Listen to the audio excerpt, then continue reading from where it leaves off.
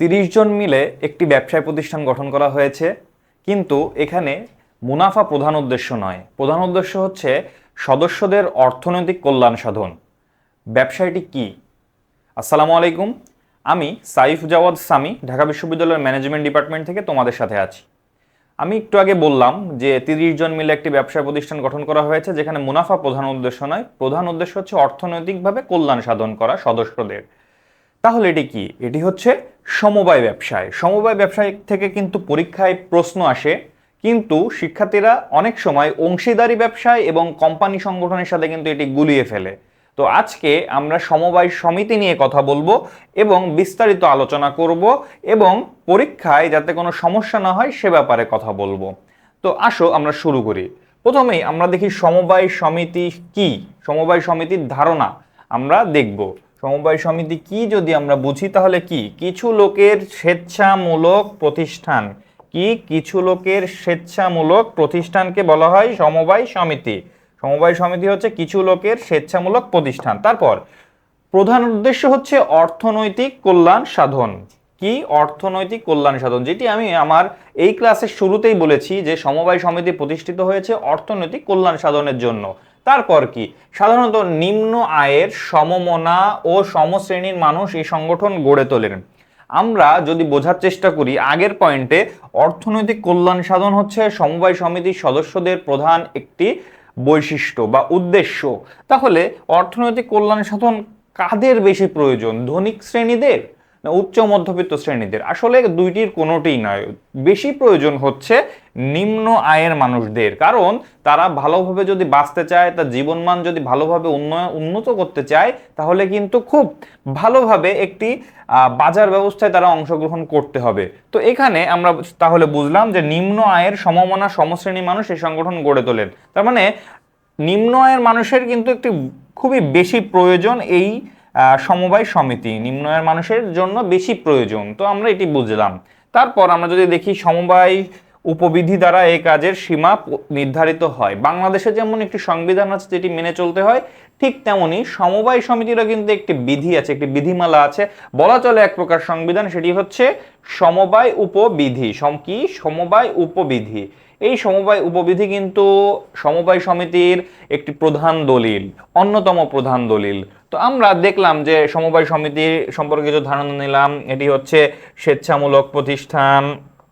সমবায় সমিতি একটি স্বেচ্ছামূলক প্রতিষ্ঠান। দ্বিতীয় কাজ হচ্ছে অর্থনৈতিক কল্যাণ সাধন। এটি কিন্তু নিম্ন ও সমমনা সমশ্রেণী মানুষ দ্বারা গঠিত হয়, মানে এই শ্রেণীর মানুষদের জন্যই কিন্তু সমবায় সমিতি।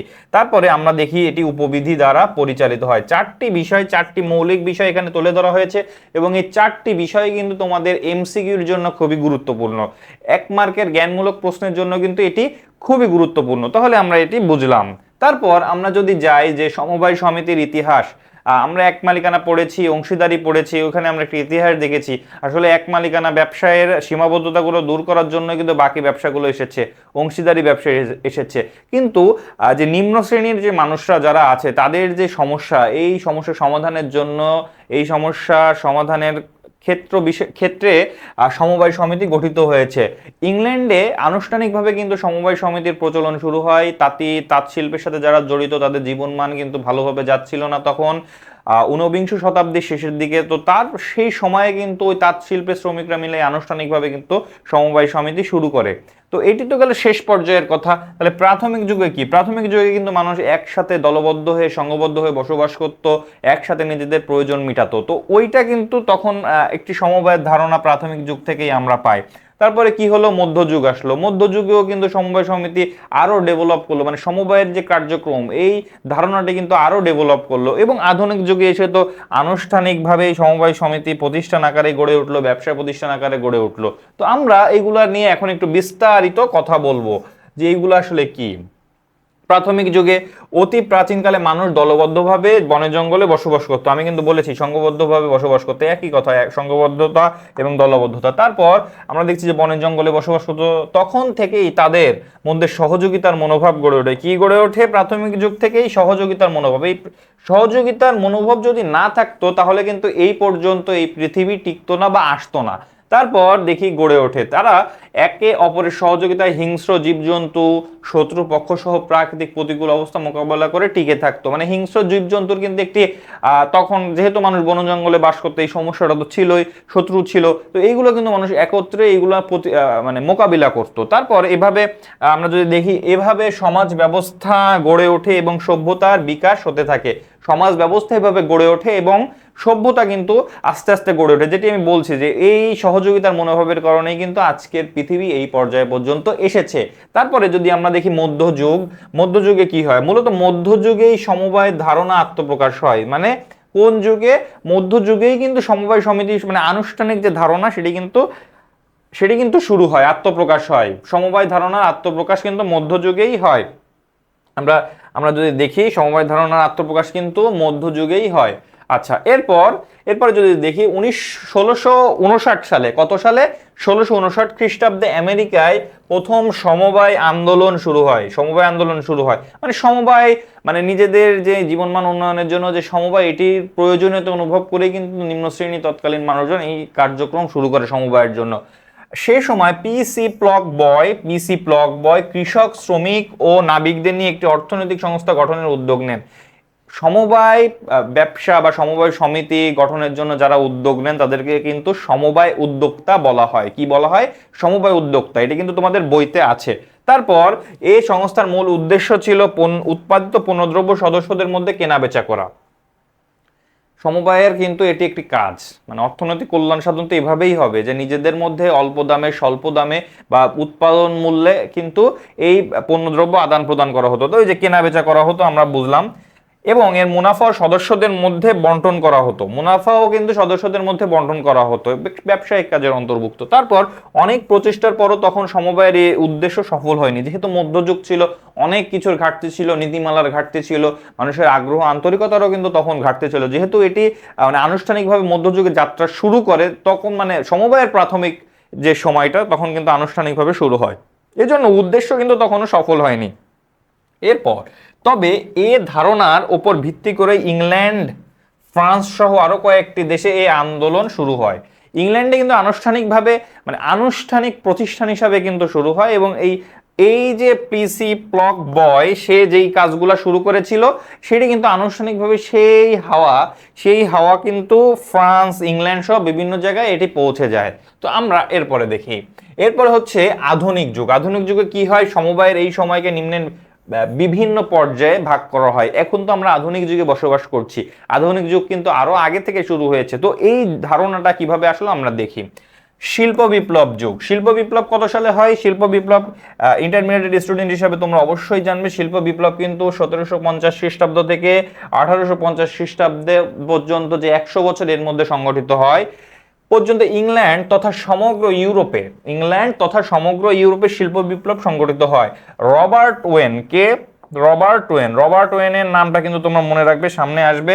স্কটল্যান্ডের নিউ ল্যানার্ক এলাকায় তুলা শ্রমিকদের দারিদ্র্য দূর করা, ভাগ্য উন্নয়নে নিজেদের অন্ন বস্ত্র নিজেরা উৎপাদনে উদ্বুদ্ধ করেন। মানে রবার্ট ওয়েন স্কটল্যান্ডের নিউ ল্যানার্ক এলাকায় যে বস্ত্র শ্রমিক আছেন, নিজেরা শ্রমিকদের দারিদ্র্য দূর করার জন্য, ভাগ্য উন্নয়ন, নিজেদের অন্ন বস্ত্র নিজেরা উৎপাদন করার জন্য তিনি কিন্তু তাদের উদ্বুদ্ধ করেন। আচ্ছা, এই লক্ষ্যে শ্রমিকদের নিয়ে তিনি সহযোগিতার গ্রাম গড়ে তোলেন। কি গড়ে তোলেন?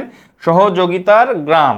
এই সহযোগিতার গ্রাম কিন্তু প্রশ্নে আসে, এবং কে গড়ে তোলেন? রবার্ট ওয়েন গড়ে তোলেন সহযোগিতার গ্রাম। তো এটি কিন্তু তোমরা মনে রাখবে, এটি কিন্তু পরীক্ষায় নিয়মিতভাবে আসে, এবং অ্যাডমিশন টেস্ট এবং এইচএসসিতে কিন্তু এই প্রশ্নগুলো আসে।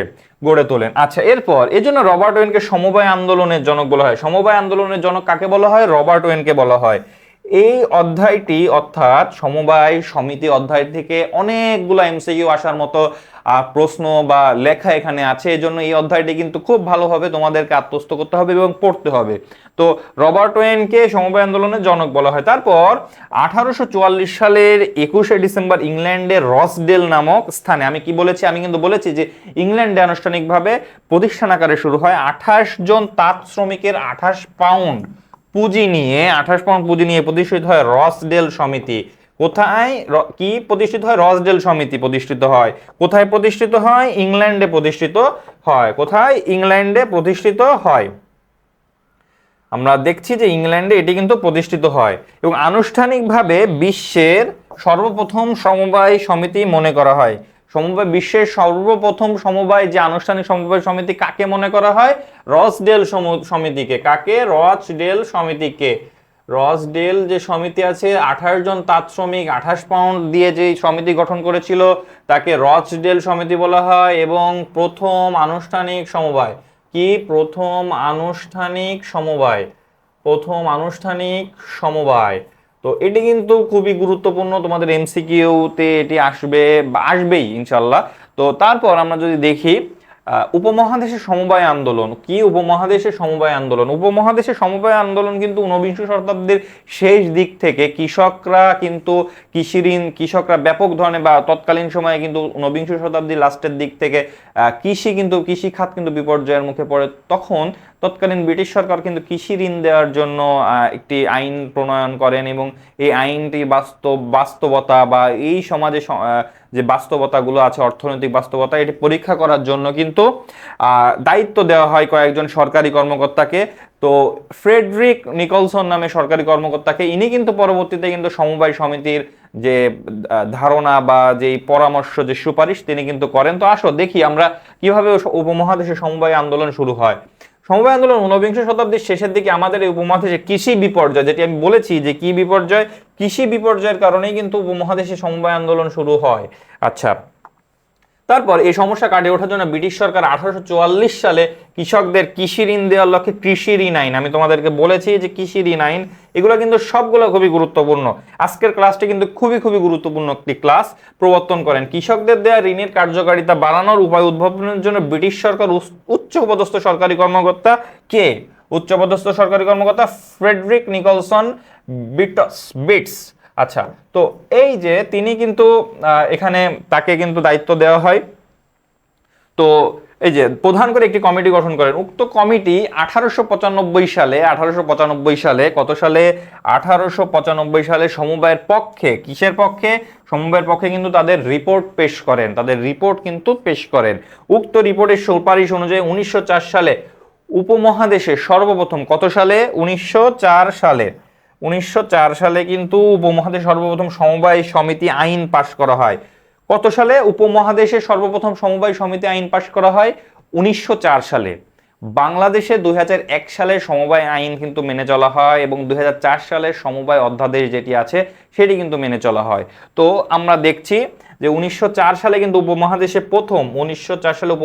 প্রথম সমবায় আইন কিন্তু পরিচালিত হয়। এই আইন পাশ করার পরই মূলত এই উপমহাদেশে সমবায় সমিতি আন্দোলন বেগমান হয়, মানে সমবায় সমিতির যাত্রা এই উপমহাদেশে কিন্তু শুরু হয়।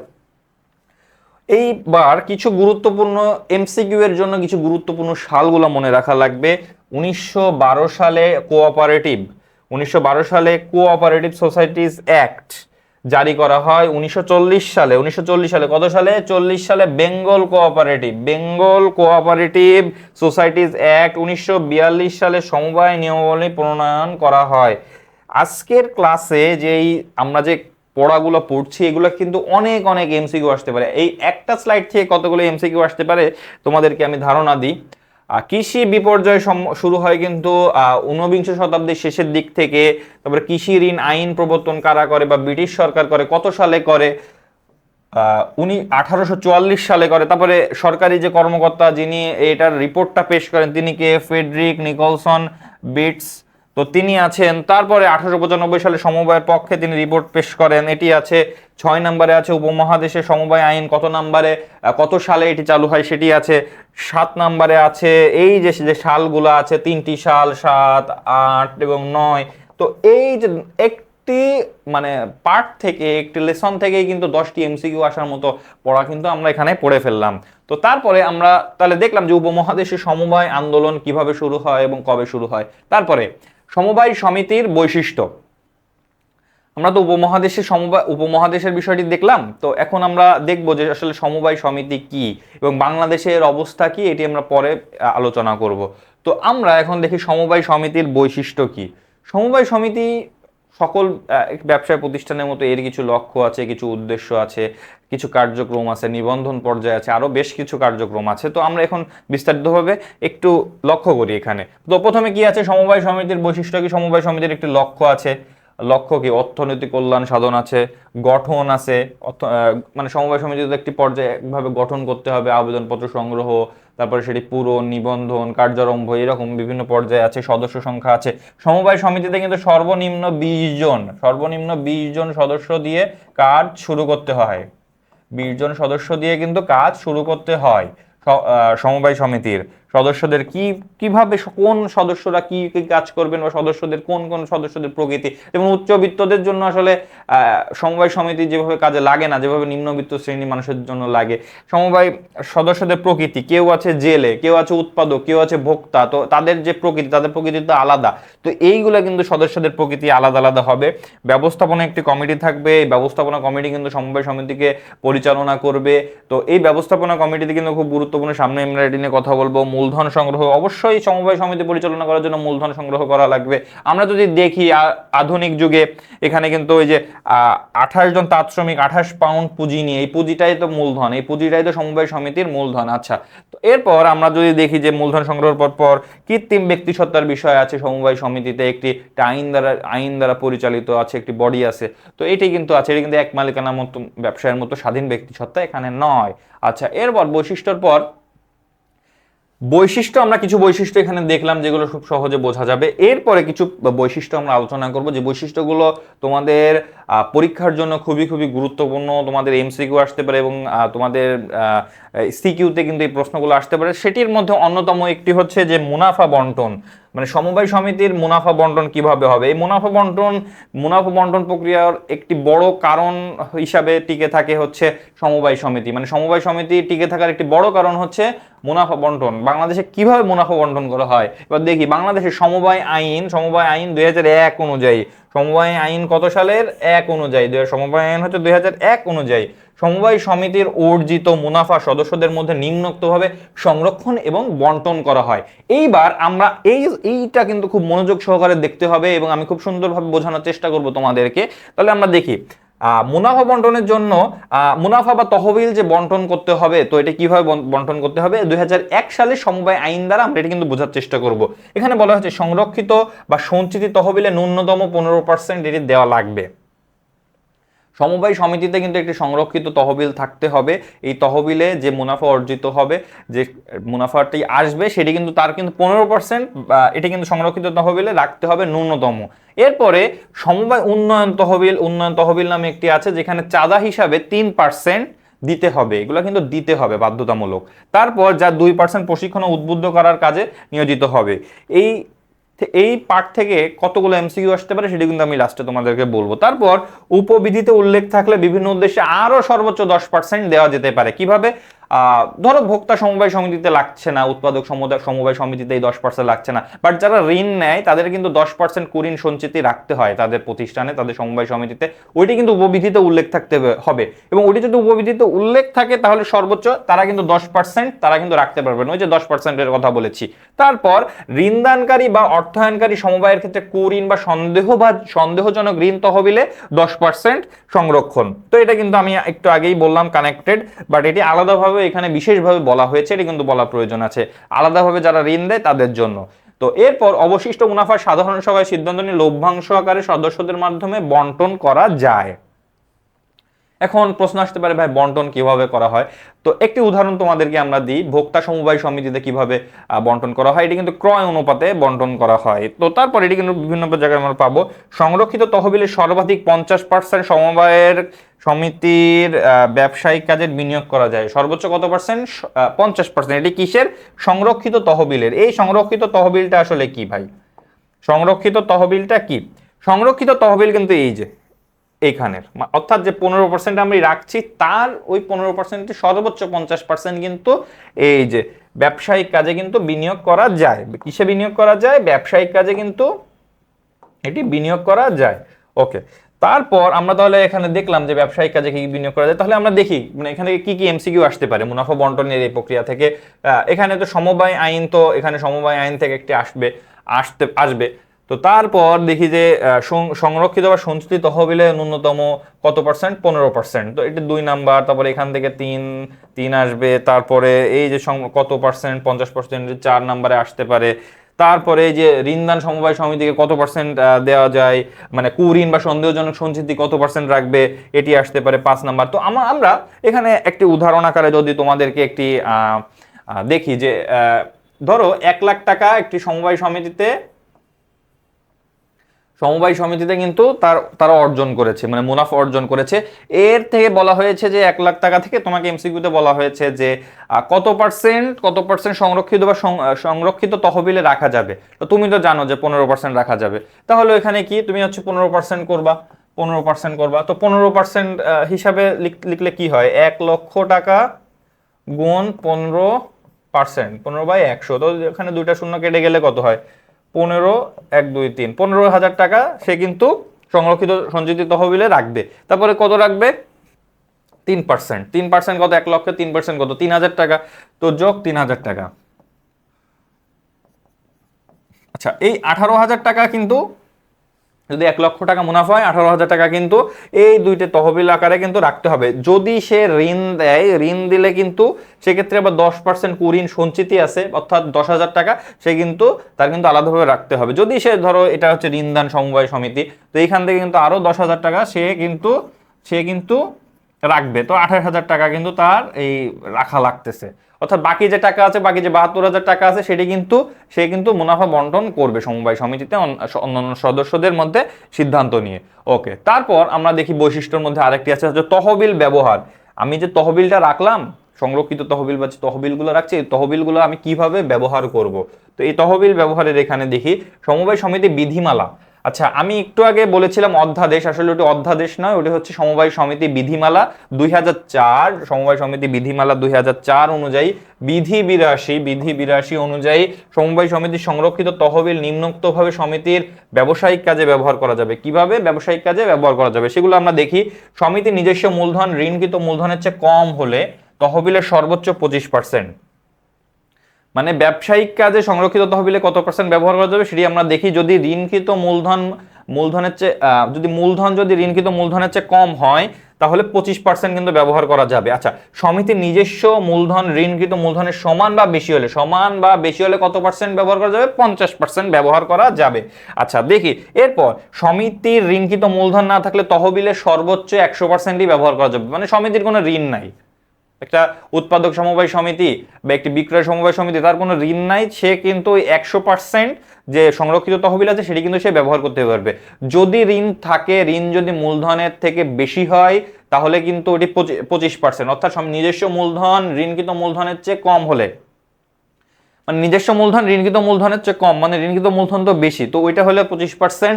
তারপরে হচ্ছে নিজস্ব মূলধন ঋণকৃত মূলধনের সমান বা বেশি হলে, তো ওইটা কিন্তু আবার 50%। তো এইটি হচ্ছে এখানে বোঝানো হয়েছে সমবায় সমিতির বৈশিষ্ট্যের মধ্যে। আমি আবারও বলছি, সমবায় সমিতি বিধিমালা 2004 অনুযায়ী কিন্তু এই তহবিলের ব্যবহারটি করা হয়। এরপর আমরা যদি দেখি সমবায় সমিতির বৈশিষ্ট্য, সমবায় সমিতির বৈশিষ্ট্য হচ্ছে একটি, এই যে এখানে আছে গুরুত্বপূর্ণ শেয়ার ক্রয় এবং হস্তান্তর। শেয়ার ক্রয় হস্তান্তরে কি আছে, সমবায় সমিতির শেয়ারের সর্বনিম্ন মূল্য হতে হবে কয় টাকা, 10 টাকা। এমসিকিউর জন্য কিন্তু খুবই খুবই গুরুত্বপূর্ণ একটি পয়েন্ট। তারপরে যদি আমরা দেখি একজন সদস্য সমিতির শেয়ার মূলধনের সর্বোচ্চ 20%, কত, সর্বোচ্চ 20%। 20% হলে কত হয়, 100%-এর 20% হলে কত হয়, 100 টাকার ধরো 1,000 টাকা, 1 লক্ষ টাকা সে শেয়ার বিক্রয় করা হয়েছে, এখান থেকে সর্বোচ্চ সে 20% অর্থাৎ 20,000 টাকা নিতে পারবে। 20% বা 1/5 ভাগ শেয়ার সে কিনতে পারবে, অর্থাৎ ওই 1/5 ভাগ সমানই হচ্ছে 20%। তারপর দেখি, আর সমবায় সমিতির শেয়ার অবাধে হস্তান্তর করা যায় না। আসলে সমবায় সমিতিতে একটি নীতি দ্বারা, একটি বিধিমালা দ্বারা, একটি আইন দ্বারা পরিচালিত, এই জন্য অবাধে কিন্তু এটি হস্তান্তর করা যায় না। তবে সীমিত দায় সম্পন্ন সমবায়ের ক্ষেত্রে পরিচালনা পর্ষদের অনুমতি নিয়ে সদস্যগণ শেয়ার হস্তান্তর করতে পারেন। মানে যেই সমবায় সমিতির দায় সীমিত, সেখানে কিন্তু সদস্যদের অনুমতি নিয়ে একজন তার শেয়ার কিন্তু তিনি হস্তান্তর করতে পারেন। তো আমরা দেখলাম যে সমবায় সমিতির বৈশিষ্ট্য এখানে। তো এরপর আমরা দেখব যে সমবায় সমিতির উদ্দেশ্য কি। এর আগে আমরা দেখি যে সমবায় সমিতির কি কি বৈশিষ্ট্য আমরা জানলাম। তো এই বৈশিষ্ট্যগুলো কিন্তু সমবায় সমিতি গঠন করতে গেলে থাকা লাগবে। এরপর বিশেষ করে তোমাদের জন্য কিন্তু এই মুনাফা বন্টন এবং তহবিলের ব্যবহার এবং শেয়ার ক্রয় ও হস্তান্তর, এই তিনটি পয়েন্ট কিন্তু তোমরা যখন বৈশিষ্ট্যগুলো আসবে এগুলো কিন্তু লিখলে তোমরা কিন্তু খুবই ভালো একটি মার্ক অর্জন করতে পারবে। তারপর যদি দেখি যে আমরা উদ্দেশ্য কি, অবশ্যই ভাই উদ্দেশ্য হচ্ছে অর্থনৈতিক কল্যাণ সাধন সমবায় সমিতির সদস্যদের, তো এটি অবশ্যই থাকবে অর্থনৈতিক কল্যাণ। পুঁজি গঠন হয় ব্যবসা সম্প্রসারণের জন্য, সমবায় সমিতির পুঁজি গঠন হয়, সংগঠিত হয়, মানে এটি তো একটি সংগঠিত আকার। আমরা শুরুতেই পড়ছি প্রাচীনকালেও মানে সংগঠিত তাদের কাজ করতো, ঠিক এখনো সমবায় সমিতি কিন্তু এই ধারণাটি মেনে চলছে। তারপর কর্মসংস্থান সৃষ্টি হয়, যে ভোক্তা সমবায় সমিতি, উৎপাদক সমবায় সমিতি, এগুলো যেগুলো বিক্রি করে বা যেভাবে কাজ হয় এতে কিন্তু করে কিন্তু যে অর্থনৈতিক যে কল্যাণ সাধন হয়, এর কারণেই কিন্তু এখানে কিন্তু বিনিয়োগ বাড়ছে এবং কর্মসংস্থান বৃদ্ধি পাচ্ছে, আত্মনির্ভরশীলতা অর্জন হয়। কারণ এখানে অনেক সময় দেখা যায় যে মধ্যস্থ ব্যবসায়ীদের যে প্রাদুর্ভাব এটা কিন্তু কমে যায়, এবং প্রাদুর্ভাব বা যে প্রভাব যেটা আছে যেটা সেটা কিন্তু কমে যায়, এই কারণে কিন্তু একটি মুনাফা এখানে বেশি হয়। তো এটা কিন্তু আত্মনির্ভরশীলতা অর্জনে ভূমিকা রাখে, কর্মোদ্যম সৃষ্টি করে, বেশি বেশি স্পৃহা পায় কাজ করার, কাজ দ্রুত আগায়। তারপরে দেখা যায় শোষণ থেকে রক্ষা, ওই যে মধ্যস্থ ব্যবসায়ী আছে, তারপর একটা মানে মিডিল যে শ্রেণীটা আছে এই শ্রেণীর যে প্রাদুর্ভাব যেটা আছে সেটা কিন্তু এখানে খুব ভালোভাবে দূর হয়ে যায়। এই জন্য কিন্তু এই শোষণ যে যেই মধ্যস্থতাকারীদের যে শোষণটা যেটা সমাজে পরিচালিত আছে সমবায় সমিতির মাধ্যমে কিন্তু সেটি থাকে না। তারপর কি সঞ্চয়ের অভ্যাস সমবায় সমিতির মাধ্যমে গড়ে তোলা হয়, মানুষ একটু সঞ্চয় করে, একটু বিনিয়োগ করে, ওই বিনিয়োগ থেকে যে মুনাফাটা আসে সেটা আবার সঞ্চয় করে, তো এইভাবে কিন্তু সমবায় সমিতির উদ্দেশ্য সাধন হয়। আচ্ছা, এরপরে যদি আমরা দেখি সমবায় সমিতি গঠন প্রণালী নিয়ে শুরুতেই আমি একটু বলেছি, তারপরেও এখানে একটি টেবিল আকারে আমরা তুলে ধরেছি।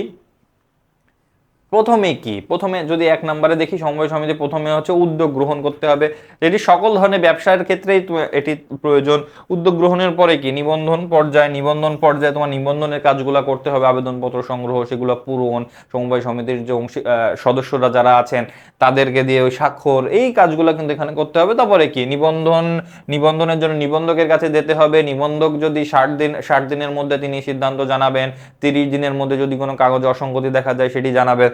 তারপর নিবন্ধক যদি অনুমতি দেয় কাজ শুরু করা যাবে, কার্যারম্ভ করা যাবে। ওকে, ঠিক আছে, আমরা গঠন প্রণালী এখানে প্রাথমিকভাবে দেখলাম। এরপর আমরা তো দেখলাম যে উদ্যোগ গ্রহণ পর্যায়, তো আমরা এখন দেখবো যে উদ্যোগ গ্রহণ বিস্তারিত জানার চেষ্টা করব যে উদ্যোগ গ্রহণ, কার্যারম্ভ বা নিবন্ধন পর্যায়ে কি কি হয়। আচ্ছা দেখি, উদ্যোগ গ্রহণ পর্যায় সমবায় সমিতি গঠন করার জন্য একই এলাকায় বসবাসকারী বা সমমনা সমশ্রেণীভুক্ত বা সমপেশায় নিয়োজিত প্রাপ্তবয়স্ক কমপক্ষে 20 জন লোককে এক হতে হবে। কত? 20 জন। কতজন? 20 জন লোককে এক হতে হবে।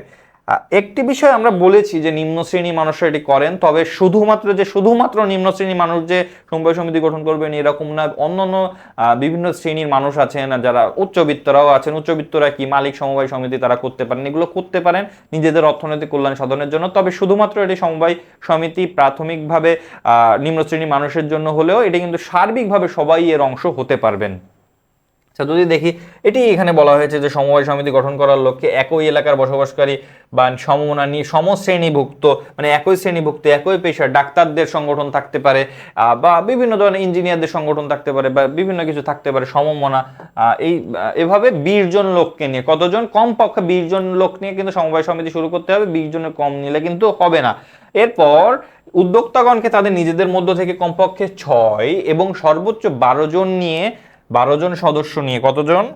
কমপক্ষে 6 জন, কমপক্ষে 6 জন এবং সর্বোচ্চ 12 জনকে নিয়ে কি করতে হবে?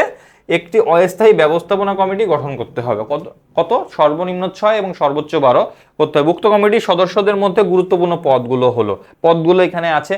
পদগুলো নিয়ে কথা বলার আগে আমি বলতে চাই যে ব্যবস্থাপনা যে কমিটিটি আছে এটি কিন্তু যে বলা হয়েছে সর্বনিম্ন 6 এবং সর্বোচ্চ 12, কিন্তু এটি কিন্তু অবশ্যই 3 দ্বারা বিভাজ্য হতে হবে। এই 6 থেকে 12-র মধ্যে 6 হতে পারে, 9 হতে পারে, 12 হতে পারে, অবশ্যই 3 দ্বারা বিভাজ্য হতে হবে। তো এখানে কি কি পদ আছে আমরা যদি দেখি, একজন চেয়ারম্যান থাকবেন, এটি কমন, একজন ভাইস চেয়ারম্যান থাকবেন, একজন সচিব বা সেক্রেটারি থাকবেন, একজন কোষাধ্যক্ষ থাকবেন এবং কমপক্ষে 2 জন সাধারণ সদস্য কিন্তু এখানে থাকবেন।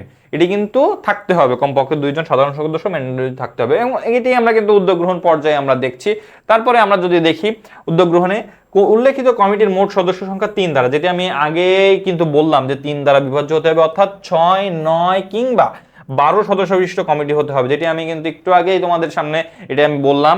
তারপর এই কমিটির প্রথম এবং প্রধান কাজ হলো সমবায় আইন অনুযায়ী সমবায় সমিতির একটি খসড়া উপবিধি অর্থাৎ বাইলস তৈরি করা। উপবিধি কিন্তু মানে এই উপবিধি দিয়েই কিন্তু সমবায় সমিতি সামনে পরিচালিত হবে, এবং উদ্যোক্তাগণ এরূপ উপবিধি তৈরি না করে সমবায় সমিতি বিভাগ থেকে ছাপানো উপবিধি সংরক্ষণ করতে পারেন। উপবিধি তৈরি করা তো খুবই ভালো, যদি উপবিধি তৈরি না করা যায় সমবায় সমিতি থেকে কিন্তু সমবায় সমিতি অধিদপ্তর সরকারের যে প্রতিষ্ঠান আছে সেখান থেকে কিন্তু উপবিধি ছাপানো উপবিধি থাকে, এগুলো সংগ্রহ করা যায়। এটা কি সমবায় সরকারের সমবায় বিভাগ থেকে কিন্তু এটি সংগ্রহ করতে হবে, এবং সমিতির একজন একটি সিলমোহর তৈরি করতে হয়। সমিতির জন্য সমিতির নামে কিন্তু একটি সিলমোহর এখানে তৈরি করতে হয়। সমিতি সীমিত দায় বিশিষ্ট হলে নামের শেষে কি লিখতে হয়? সীমিত দায় বিশিষ্ট হলে নামের শেষে কিন্তু লিমিটেড লিখতে হবে, অর্থাৎ সীমিত দায় বিশিষ্ট হলে নামের শেষে কিন্তু লিমিটেড রাখতে হবে। তো আমরা এখানে দেখলাম যে উদ্যোগ গ্রহণ পর্যায়ে কি কি হয়। এরপরে আমরা দেখব নিবন্ধন পর্যায়ে সংশ্লিষ্ট এলাকার সমবায় নিবন্ধকের অফিস থেকে, আমি কিন্তু শুরুতে তোমাদেরকে বলেছি যে সংশ্লিষ্ট এলাকায় সমবায় নিবন্ধকের অফিস থেকে সমিতির নিবন্ধনের জন্য ছাপানো আবেদনপত্র সংগ্রহ করতে হয়। যে কোনো কিছু যদি নিবন্ধন করতে হয় তাহলে তো আবেদনপত্র সংগ্রহ করতে হয় সংশ্লিষ্ট বিভাগ থেকে। সমবায়ের ক্ষেত্রেও তাই, এটি সংশ্লিষ্ট বিভাগ অর্থাৎ সমবায় বিভাগ থেকে সরকারের একটি ছাপানো আবেদনপত্র সংগ্রহ করতে হয়। এরপর তা যথাযথভাবে পূরণ করতে হয়, পূরণ করে নিচের দলিলপত্র ফি সহ নিবন্ধকের কাছে জমা দিতে হয়। নিজের যে দলিল আছে এই দলিলগুলা এই মানে যে নিচের যে দলিলপত্রগুলো প্রয়োজন এবং ফি সহ কিন্তু সমবায় নিবন্ধক বরাবর জমা দিতে হয়। এটি কি, এবার দেখি যে কি কি লাগবে। প্রাপ্তবয়স্ক কমপক্ষে 20 জন ব্যক্তির নাম, ঠিকানা, স্বাক্ষরপত্র, তারিখ সহ এটি লাগবে। সমিতির সিলমোহর এবং উদ্যোক্তাদের স্বাক্ষরকৃত উপবিধির 3 কপি। যে উপবিধি আগে আমরা সংগ্রহ করছিলাম সমবায় বিভাগ থেকে সেটির কিন্তু 3টি কপি করতে হবে, এবং সেখানে কিন্তু সমিতির সিলমোহর থাকা লাগবে। তো আবেদনপত্রের নির্দিষ্ট স্থানে সাংগঠনিক কমিটির সচিব এবং অন্যান্য যে কোনো 3 জন সদস্যের স্বাক্ষর লাগবে। কি লাগবে ভালোভাবে এটি তোমরা দেখো। আবেদনপত্রের নির্দিষ্ট স্থানে সাংগঠনিক কমিটির সচিব, মানে এই যে আমরা যেটা দেখলাম যে একজন সচিব বা সেক্রেটারি লাগবে, সেই সচিব বা সেক্রেটারি এবং অন্য যে কোনো 3 জন সদস্যের স্বাক্ষর কিন্তু এখানে প্রয়োজন আছে। তারপর আচ্ছা আমরা দেখি এখানে কিন্তু কমপক্ষে 2 জনের কথা বলা হয়েছে, কমপক্ষে 2 জন সদস্য ম্যান্ডেটরি থাকা লাগবে।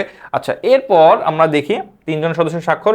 আবেদনপত্রটি সমবায় আইন অনুযায়ী সঠিকভাবে পূরণ হয়েছে, সঠিকভাবে মানে এই কাজটি করা হয়েছে এই মর্মে সচিব এবং উদ্যোক্তা কর্তৃক ঘোষণাপত্র থাকা লাগবে।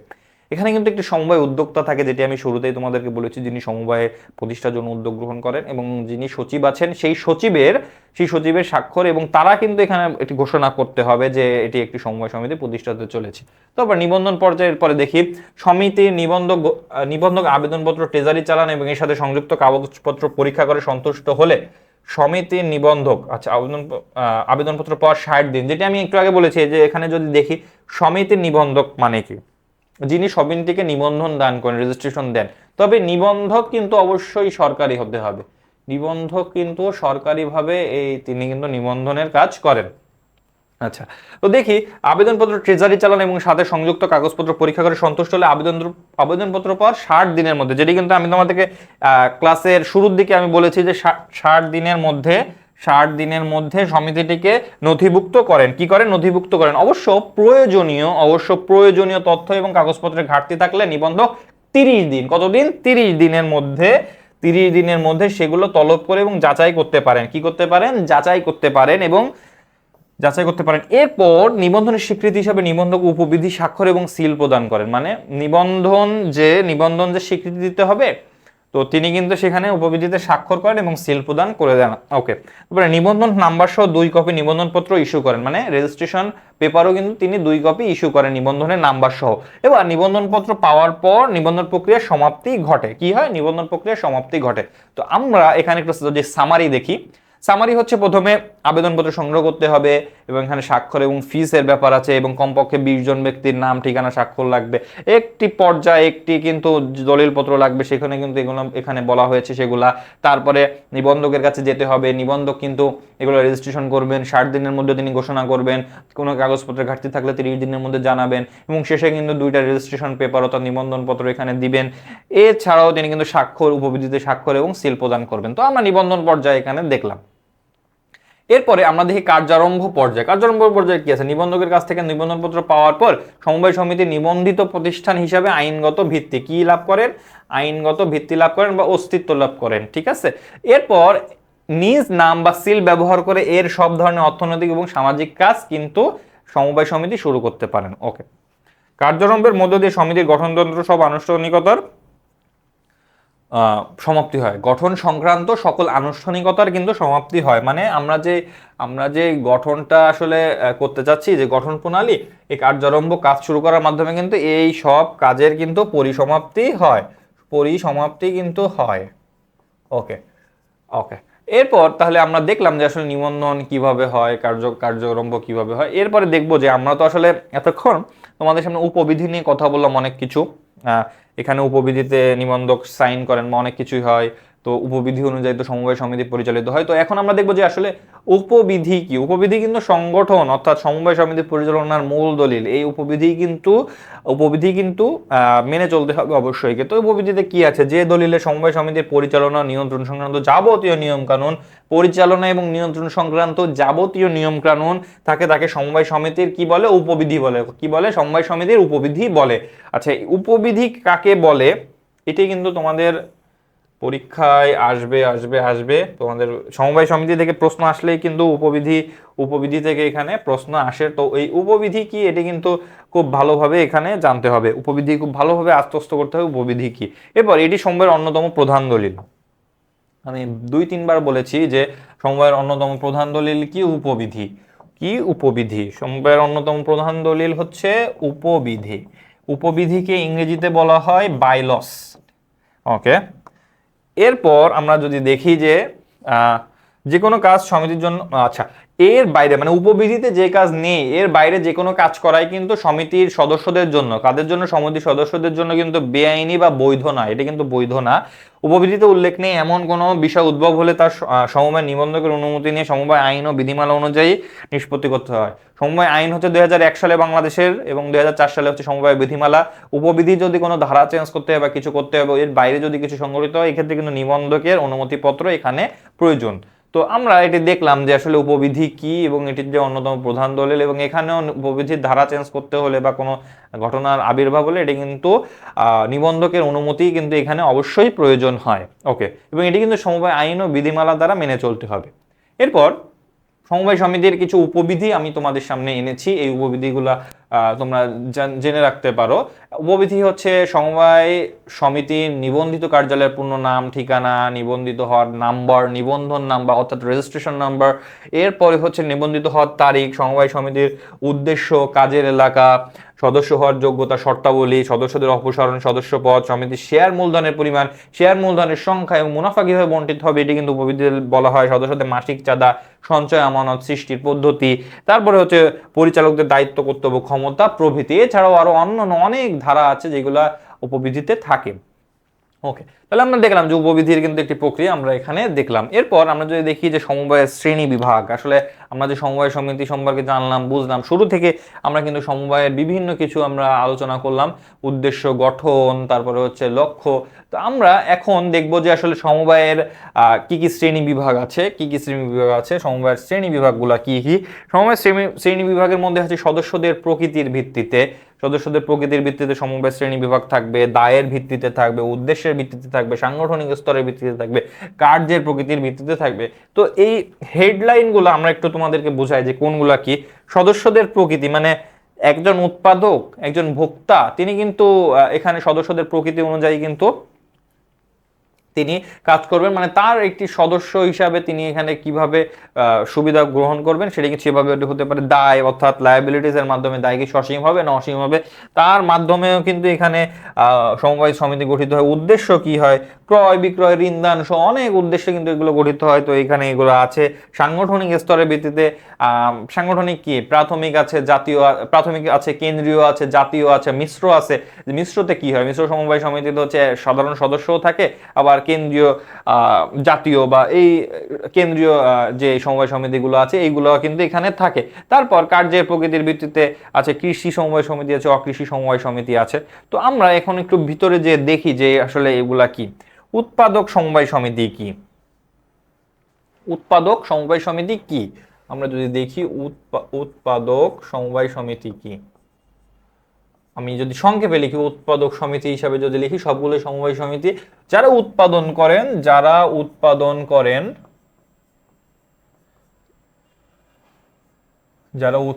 করেন, তারাই মূলত কিন্তু এই সমবায় সমিতিগুলোর সদস্য হয়। যারা উৎপাদন করেন তারাই এই সমবায় সমিতিগুলোর সদস্য হন, এবং তারা যে পণ্যগুলো উৎপাদন করেন এগুলো ভোক্তার কাছে পৌঁছে দেওয়ার জন্য যা মাঝখানে যে মধ্যস্থ ব্যবসায়ী আছে তাদের কিন্তু প্রয়োজন হয় না। এই জন্য তারা কিন্তু সরাসরি কিন্তু তারা ভোক্তার কাছে পণ্যগুলো পৌঁছে দিতে পারেন এবং মুনাফা অর্জন করেন, যেটি সমবায় সমিতির মাধ্যমেই কিন্তু সম্ভব হয়। তো সমবায় সমিতিতে কিন্তু এটি যায়, মুনাফা যায়। এরপরে আছে হচ্ছে ভোক্তা সমবায় সমিতি কি? ভোক্তা সমবায় সমিতি হচ্ছে, ভোক্তা সমিতি যদি আমরা দেখি, ভোক্তারা নিজেদের পণ্যমূল্য যেগুলো তারা ভোগ করবেন সেগুলো কেনার জন্য কিন্তু একটি সমবায় সমিতি গঠন করেন, যেখানে একটি নির্ধারিত দোকান থাকতে পারে। ওই দোকান থেকে বিভিন্ন ধরনের পণ্য আসে এবং পণ্য তারা সংগ্রহ করেন এবং ক্রয়ের ভিত্তিতে কিন্তু এখানে যে মুনাফাটি হয় সেটি কিন্তু বন্টন করা হয়। ওকে, তারপরে আমরা যদি দেখি যে বিক্রেতা সমবায় সমিতি আছে, যারা বিক্রয় করেন, যে বিক্রেতারা যারা আছেন তারা কিন্তু তাদের যে বিক্রিত যে পণ্যগুলো বিক্রয় করবে তাদের মধ্যে কিন্তু একটা গিল্ড থাকে, এটাকে কিন্তু বিক্রেতা সমবায় সমিতি বলে। শ্রমজীবী যারা আছেন, যারা ভ্যান চালক আছেন, যারা পাট কলের শ্রমিক আছেন, তাদের জন্য সমবায় সমিতি থাকতে পারে। পেশাজীবী সমবায় সমিতি, যারা বিভিন্ন ধরনের পেশায় আছে, যারা ডাক্তার আছেন, যারা ইঞ্জিনিয়ার্স আছেন, তাদের জন্য পেশাজীবী সমবায় সমিতি থাকতে পারে। মালিক সমবায় সমিতি থাকতে পারে। মালিক সমবায় সমিতি কেমন?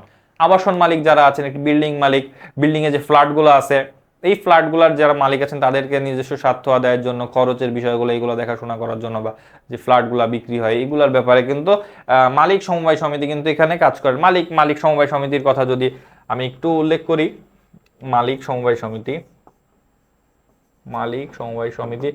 আবাসন মালিক, আমি যদি দেখি যে আবাসন মালিক না লিখে আমি লিখি ফ্ল্যাট মালিক।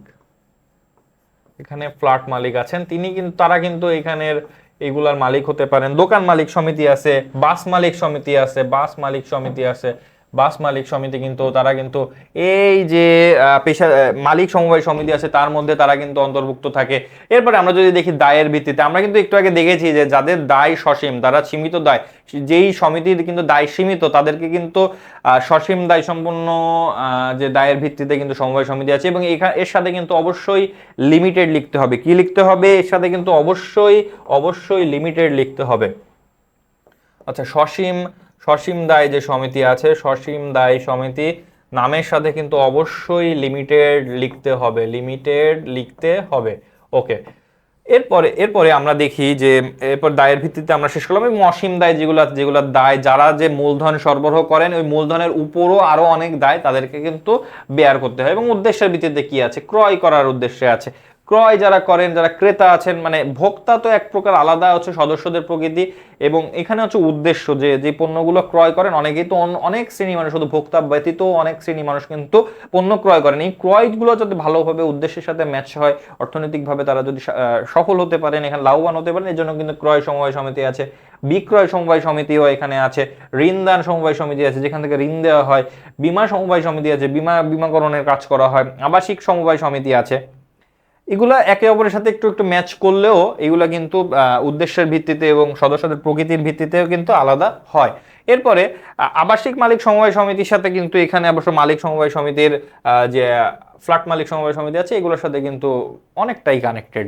তারপরে আমরা যদি দেখি সাংগঠনিক স্তরের ভিত্তিতে কি কি আছে, প্রাথমিক সমবায় সমিতি আছে। প্রাথমিক সমবায় সমিতিতে সদস্য হতে হয়, সর্বনিম্ন 20 জন সদস্য প্রাথমিক সমবায় সমিতিতে সদস্য হন। এরপরে কি 10টা প্রাথমিক সমবায় সমিতি, কয়টা? 10টা প্রাথমিক সমবায় সমিতি, 10টা প্রাথমিক সমবায় সমিতি মিলে কিন্তু কেন্দ্রীয় সমিতি গঠন হয়। আবার কেন্দ্রীয় সমিতিও কিন্তু, জাতীয় সমিতিও কিন্তু 10টা জাতীয় কেন্দ্রীয় সমিতি নিয়ে কিন্তু গঠিত হয়। বা মিশ্রতে তো আমি বললাম যে মিশ্রতে কিন্তু সাধারণ সদস্যরা থাকেন, এবং কেন্দ্রীয় বা জাতীয় সমবায় সমিতিও কিন্তু এখানে থাকে।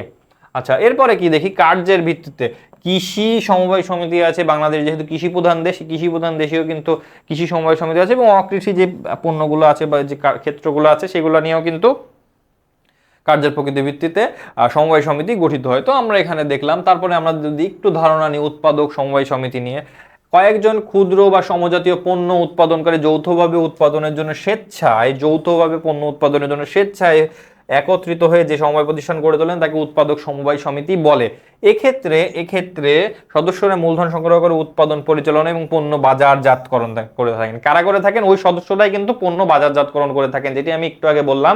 এবং এখানে কিন্তু মধ্যস্থ ব্যবসায়ীর কোনো থাকে না, অংশগ্রহণ থাকে না। তাই এই যে মধ্যস্থ ব্যবসায়ীদের প্রয়োজন কিন্তু এখানে হয় না, মধ্যস্থ ব্যবসায়ীদের প্রয়োজন কিন্তু এখানে হয় না। এ ধরনের সংগঠনের ফলে বড় আকারের উৎপাদনের সুবিধা ভোগ করা যায়। তাই উৎপাদনের ক্ষেত্রে প্রয়োজনীয় উপকরণ সংগ্রহ এবং উন্নত কাঁচামাল কিন্তু এখানে সরবরাহ করা যায় এবং উন্নত প্রযুক্তি ব্যবহার করা সম্ভব হয়। ক্ষুদ্র উদ্যোক্তারা কিন্তু এর অংশ হতে পারেন এবং বৃহৎ পরিসরে কিন্তু পণ্যদ্রব্য উৎপাদন করতে পারেন এবং মধ্যস্থ ব্যবসায়ীদের সহযোগিতা ছাড়াই কিন্তু এটি সামনে বাজারে কিন্তু এগুলো পণ্য সরবরাহ করা যায় এবং মুনাফা কিন্তু এখান থেকে বেশি হয়। এই যে ক্ষুদ্র উৎপাদনকারীরা নিজেদের স্বার্থ সংরক্ষণের জন্য এই ধরনের সংগঠন তারা গড়ে তোলেন। এরপরে আমরা যদি দেখি উৎপাদক সমবায় সমিতি। উৎপাদক সমবায় সমিতির আরো একটু কিছু বিষয় আছে। এই ধরনের সমিতির মূলধন সদস্যরাই সরবরাহ করেন। কারা? মূলধন সদস্যরাই অবশ্যই সংগ্রহ করেন। মূল উদ্দেশ্য হচ্ছে ন্যায্য মূল্যে কম দামে পণ্য সরবরাহ করা। মূল উদ্দেশ্য অবশ্যই ন্যায্য মূল্যে কম দামে সরবরাহ করা। এটি দরিদ্র নিম্ন আয়ের লোকদের সংগঠন। সদস্যগণের নির্দিষ্ট মূল্যে শেয়ার বিক্রির মাধ্যমে মূলত এই মূলধন সংগ্রহ করা হয়। সদস্যগণ বছর শেষে লভ্যাংশ পেয়ে থাকেন। এই সমিতির সদস্যদের মোট ক্রয়ের উপর ভিত্তি করে লভ্যাংশ দেওয়া হয়। আচ্ছা, এটি হচ্ছে ভোক্তা সমবায় সমিতি। এটি হচ্ছে ভোক্তা, এটি উৎপাদক নয়, এটি হচ্ছে ভোক্তা সমবায় সমিতি। শুরুর দিকগুলো মিল থাকলেও এটি কিন্তু ভোক্তা সমবায় সমিতি। এটা আমি কিভাবে বুঝলাম? এই যে মোট ক্রয়ের উপর ভিত্তি করে কিন্তু লভ্যাংশ দেওয়া হয়, যেটি ভোক্তা সমবায় সমিতিতে দেওয়া হয়। এছাড়া কোথাও কোথাও ক্রয়কৃত শেয়ারের উপর লভ্যাংশ এবং মোট ক্রয়ের উপর কমিশনও দেওয়া হয়। মোট ক্রয়ের উপর কমিশন দেওয়া হয়। মোট ক্রয়ের হিসাব সংরক্ষণের জন্য টোকেন বা কার্ডও কিন্তু এখানে ইস্যু করা হয়। সদস্যদের মধ্য থেকে পরিচালক নির্বাচন করা হয়। এরপর পরিচালকের সমন্বয়ে একটি ম্যানেজিং কমিটি গঠন করা, যেটি করা হয় আর কি, গঠন করতে গেলে এটি সবারই জানা। এই কমিটি মূলত সমিতির পরিচালনার দায়িত্ব গঠন করে থাকেন। আচ্ছা, তো ভোক্তা সমবায় সমিতিতে আসলে কি হয়? ভোক্তা সমবায় সমিতিতে স্বাভাবিকভাবেই গঠন করা হয় 20 জন সদস্য নিয়ে সর্বনিম্ন। মূল উদ্দেশ্য থাকে হচ্ছে কম দামে পণ্য, ন্যায্য মূল্যে বা কম দামে এখানে কিন্তু পণ্য সরবরাহ করা হয় ভোক্তাদের কাছে। যারা ভোক্তা আছেন, যারা গঠন করেন তাদের কাছে। দরিদ্র নিম্ন আয়ের লোকদের সংগঠন, অবশ্যই এটি দরিদ্র নিম্ন আয়ের মানুষদের সংগঠন। এটি সদস্যদের মধ্যে নির্দিষ্ট মূল্যে শেয়ার বিক্রির মাধ্যমে মূলত সমিতির মূলধন সংগ্রহ করা হয়। শেয়ার বিক্রির মাধ্যমে কিন্তু এখানে মূলধন সংগ্রহ করা হয়। যেহেতু আস্তে আস্তে আমরা আগাচ্ছি, এক মালিকানা থেকে অংশীদারি করলাম, অংশীদারি থেকে এখন সমবায় সমিতিতে আসলাম, সমবায় সমিতিতে কিন্তু শেয়ারের মাধ্যমে মূলধন সংগ্রহ করা হয়ে থাকে। এছাড়াও কোথাও কোথাও ক্রয়কৃত শেয়ারের উপর লভ্যাংশ, মোট ক্রয়ের উপর কমিশন দেওয়া হয় এবং মোট ক্রয়ের উপর ভিত্তি করে, কিসের উপর? মোট ক্রয়ের উপর ভিত্তি করে কিন্তু এখানে লভ্যাংশ দেওয়া হয়। তো যদি আমরা একটু ভিন্নভাবে আইডেন্টিফাই করার চেষ্টা করি এটাকে, মোট ক্রয়ের উপর, কিসের উপর? মোট ক্রয়ের উপর ভিত্তি করে কিন্তু লভ্যাংশ এখানে দেওয়া হয়। আচ্ছা, এছাড়াও কোথাও কোথাও ক্রয়কৃত শেয়ারের উপর লভ্যাংশ, ক্রয়ের উপর কমিশন দেওয়া হয়। তো এই হচ্ছে ভোক্তা সমবায় সমিতির প্রধান কথা। আচ্ছা, একটু এখানে উল্টা, একটু আগে পিছিয়ে হয়ে গিয়েছে। এখানে উৎপাদক সমবায় সমিতির গুরুত্বের মধ্যে আমরা যদি আগে দেখি, আগে যখন আমরা উৎপাদক সমবায় সমিতি করলাম তখন যদি দেখি, উৎপাদন ব্যয় হ্রাস, পণ্য মূল্য হ্রাস, মূলধন সমস্যা দূরীকরণ, মধ্যস্থ ব্যবসায় উচ্ছেদ, সুসম্পর্ক তৈরি, বেকার সমস্যা হ্রাস, এগুলো হচ্ছে যখন আমরা উৎপাদক সমবায় সমিতি করলাম তো তখন তার সাথে কিন্তু এটা কানেক্টেড। উৎপাদন ব্যয় হ্রাস, পণ্য মূল্য হ্রাস, মূলধন সমস্যা দূরীকরণ, মধ্যস্থ ব্যবসায় সুসম্পর্ক, বেকার সমস্যা, এইগুলা কিন্তু এর মাধ্যমে হয়। এবার আমরা যেই ভোক্তা সমবায় সমিতি নিয়ে একটু আলাপ করলাম, সেটি কিছু স্বল্পবিত্ত সাধারণ মানুষ নিজেদের মধ্যে নিত্য প্রয়োজনীয় জিনিসগুলো স্বল্প মূল্যে সংগ্রহ কেনার জন্য এই সমিতি গঠন করে থাকেন এবং একে কিন্তু ভোক্তা সমবায় সমিতি বলা হয়, ভোগকারী সমবায় সমিতি বলা হয়। এক্ষেত্রে দোকান স্থাপন ও পরিচালনার জন্য উৎপাদনকারী পাইকারদের কাছ থেকে পণ্য কিনে এনে তা নিজেদের মধ্যে স্বল্প লাভে সরবরাহ করা হয়। কি লাভে? স্বল্প লাভে কিন্তু এখানে সরবরাহ করা হয়। এরপর তবে সমিতির বাইরে সাধারণ জনগণের কাছেও কিন্তু পণ্য বিক্রি হয়। সমিতির মানুষদের কাছেও বিক্রি হয় এবং সাধারণ মানুষদের কাছে বিক্রি হয়। সমিতির সদস্যরা যেটি ক্রয় করেন, ক্রয়ের উপর ভিত্তি করে তাদের মধ্যে লভ্যাংশ বন্টন করা হয়। আচ্ছা, এটা এরপরে দেখি ভোক্তা সমবায় সমিতির গুরুত্ব। এটা আসলে উল্টো হয়ে গেছে কেন? এই মাঝখানে আর কি আমরা আগে যেটি পড়লাম যে উৎপাদক সমবায় সমিতি, ভোক্তা সমবায় যে সমিতি, এটি থাকার কথা ছিল, এটি কোনো কারণে একটু মিস হয়ে গিয়েছে। তো এখন আমরা দেখি যে ভোক্তা সমবায় সমিতির কি কি গুরুত্ব আছে। ভোক্তা সমবায় সমিতির গুরুত্ব, আচ্ছা, ন্যায্য মূল্যে পণ্য সরবরাহ। কি? ন্যায্য মূল্যে পণ্য সরবরাহ, পছন্দ মতো পণ্য সরবরাহ, মধ্যস্থ ব্যবসায়ীদের উচ্ছেদ। এখানেও কিন্তু মধ্যস্থ ব্যবসায়ী থাকে না, এই জন্য পণ্য মূল্যটা কিন্তু এখানে কমে যায়। এরপরে বাজারজাতকরণের সুবিধা আছে। এরপরে কি আছে? বাজারজাতকরণের সুবিধা আছে। বেকার সমস্যা সমাধান আছে। এখানে কিন্তু বেকার সমস্যা সমাধান হয়, মানে দোকান স্থাপন করা হয় এবং ভোক্তারা কিন্তু এখানে অংশ নেয়।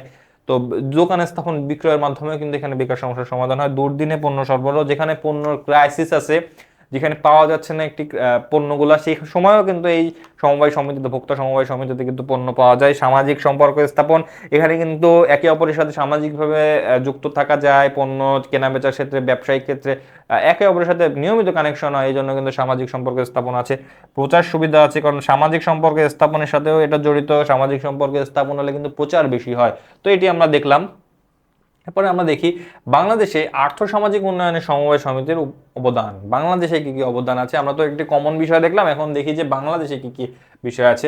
স্বনির্ভরতা অর্জন আছে, অর্থনৈতিক উন্নয়ন আছে, এখানে কি আছে? অর্থনৈতিক উন্নয়ন, এরপর নৈতিকতার উন্নয়ন আছে, একসাথে কাজ করতে গেলে কিন্তু এটি উন্নয়ন হয়। সামাজিক উন্নয়ন আছে, সামাজিকভাবে কিন্তু যেহেতু একতাই বল নীতি নিয়েই কিন্তু সমবায় সমিতি গঠিত হয়। কি নিয়ে? একতাই বল নীতি নিয়ে। একতাই বল নীতি, এই একতাই বল নীতি নিয়ে কিন্তু সামাজিক উন্নয়ন, সামাজিক সমিতিগুলো, সমবায় সমিতিগুলো কিন্তু গঠিত হয়। এরপরে কি আছে? দক্ষতা ও নেতৃত্বের বিকাশ আছে, দারিদ্র্য বিমোচন আছে, সম্পদের সম্পদের সুষম বন্টন এখানে হয়, কারণ এখানে সমবায় সমিতির ভোক্তারা তারা একত্রিত হয়ে কাজ করেন। উপবিধি অনুযায়ী মধ্যস্থত ব্যবসায়ীদের দৌরাত্ম্য কিন্তু এখানে হ্রাস পায়। কি হ্রাস পায়? মধ্যস্থ ব্যবসায়ীরা কিন্তু এখানে থাকেন, এটি কয়েকবার বলা হয়েছে এখানে। আচ্ছা, সমবায় সমিতির কিছু সমস্যা আছে বাংলাদেশে। সমবায় সমিতির সমস্যাগুলো কি কি? জটিল গঠন প্রণালী আছে, এটি কিন্তু একটি সমস্যা, জটিল গঠন প্রণালী, কারণ ওই 60 দিনের সময় নিয়ে অপেক্ষা করতে হবে, 30 দিনের মধ্যে কাগজপত্র না হলে সেটি জমা দিতে হবে, স্বাক্ষর, সিলমোহর, অনেক কিছু এখানে আছে। তারপর মূলধনের অভাব আছে, আসলে নিম্ন আয়ের মানুষজন যেহেতু বাংলাদেশে এটির অংশ হিসাবে থাকে, তো এখানে মূলধনের অভাব কিন্তু দেখা যায়। আসলে ব্যবসা শুরু করতে গেলে কিছু কিছু ব্যবসায় বড় ধরনের ক্যাপিটাল প্রয়োজন, ভোক্তা সমবায় সমিতিতে দোকান দিতে গেলে বড় ধরনের মূলধন প্রয়োজন হয়, সেগুলো কিন্তু অভাব এখানে দেখা যায়। সঠিক পরিকল্পনার অভাব, সঠিক পরিকল্পনার অভাবের মধ্যে আসলে সব শ্রেণী মানুষের মধ্যেই পরিকল্পনার অভাব দেখা যায়। তবে নিম্ন শ্রেণী মানুষ যারা আছেন তারা আসলে যেহেতু অর্থনৈতিক কল্যাণের জন্য কাজ করেন, সমবায় সমিতি প্রতিষ্ঠা করেন, কিন্তু এখানেও পরিকল্পনার অভাবগুলো দেখা যায়, যে জন্য ভালোভাবে রান করে না। অশিক্ষা, অসচেতনতা, শিক্ষার হার কম থাকলে আসলে ক্যারিয়ারে যেমন শাইন করা যায় না, তো জীবনেও শাইন করা যায় না। তো এটা হচ্ছে অশিক্ষা, অসচেতনতা থাকতে পারে। আসলে সমবায় সমিতি আসলে বললেই গঠন হয়ে যায়, সমবায় সমিতি দোকান, একটি অফিস নিয়ে সমবায় সমিতি বাংলাদেশে বসে যায়, এরকম অনেক জায়গায় দেখা যায়। তবে প্রশিক্ষণের অভাবের কারণে বা বিভিন্ন ধরনের চেষ্টার অভাবের কারণে কিন্তু এগুলো বেশি দিন রান করে না, বা দৌরাত্ম্য, দেউলিয়াত্ম দেখা যায়। এরপরে ক্ষেত্রগত সীমাবদ্ধতা, বিভিন্ন ধরনের সীমাবদ্ধতা আছে। শেয়ার সংক্রান্ত জটিলতা, যেহেতু এখানে একটি শেয়ারের বিষয় আছে, এটি গঠনের ধরনের গঠন প্রণালীতে সমস্যা সৃষ্টি করে। সাধারণ মানুষ তো অত আসলে শেয়ার বা এত কিছু তারা বুঝে না।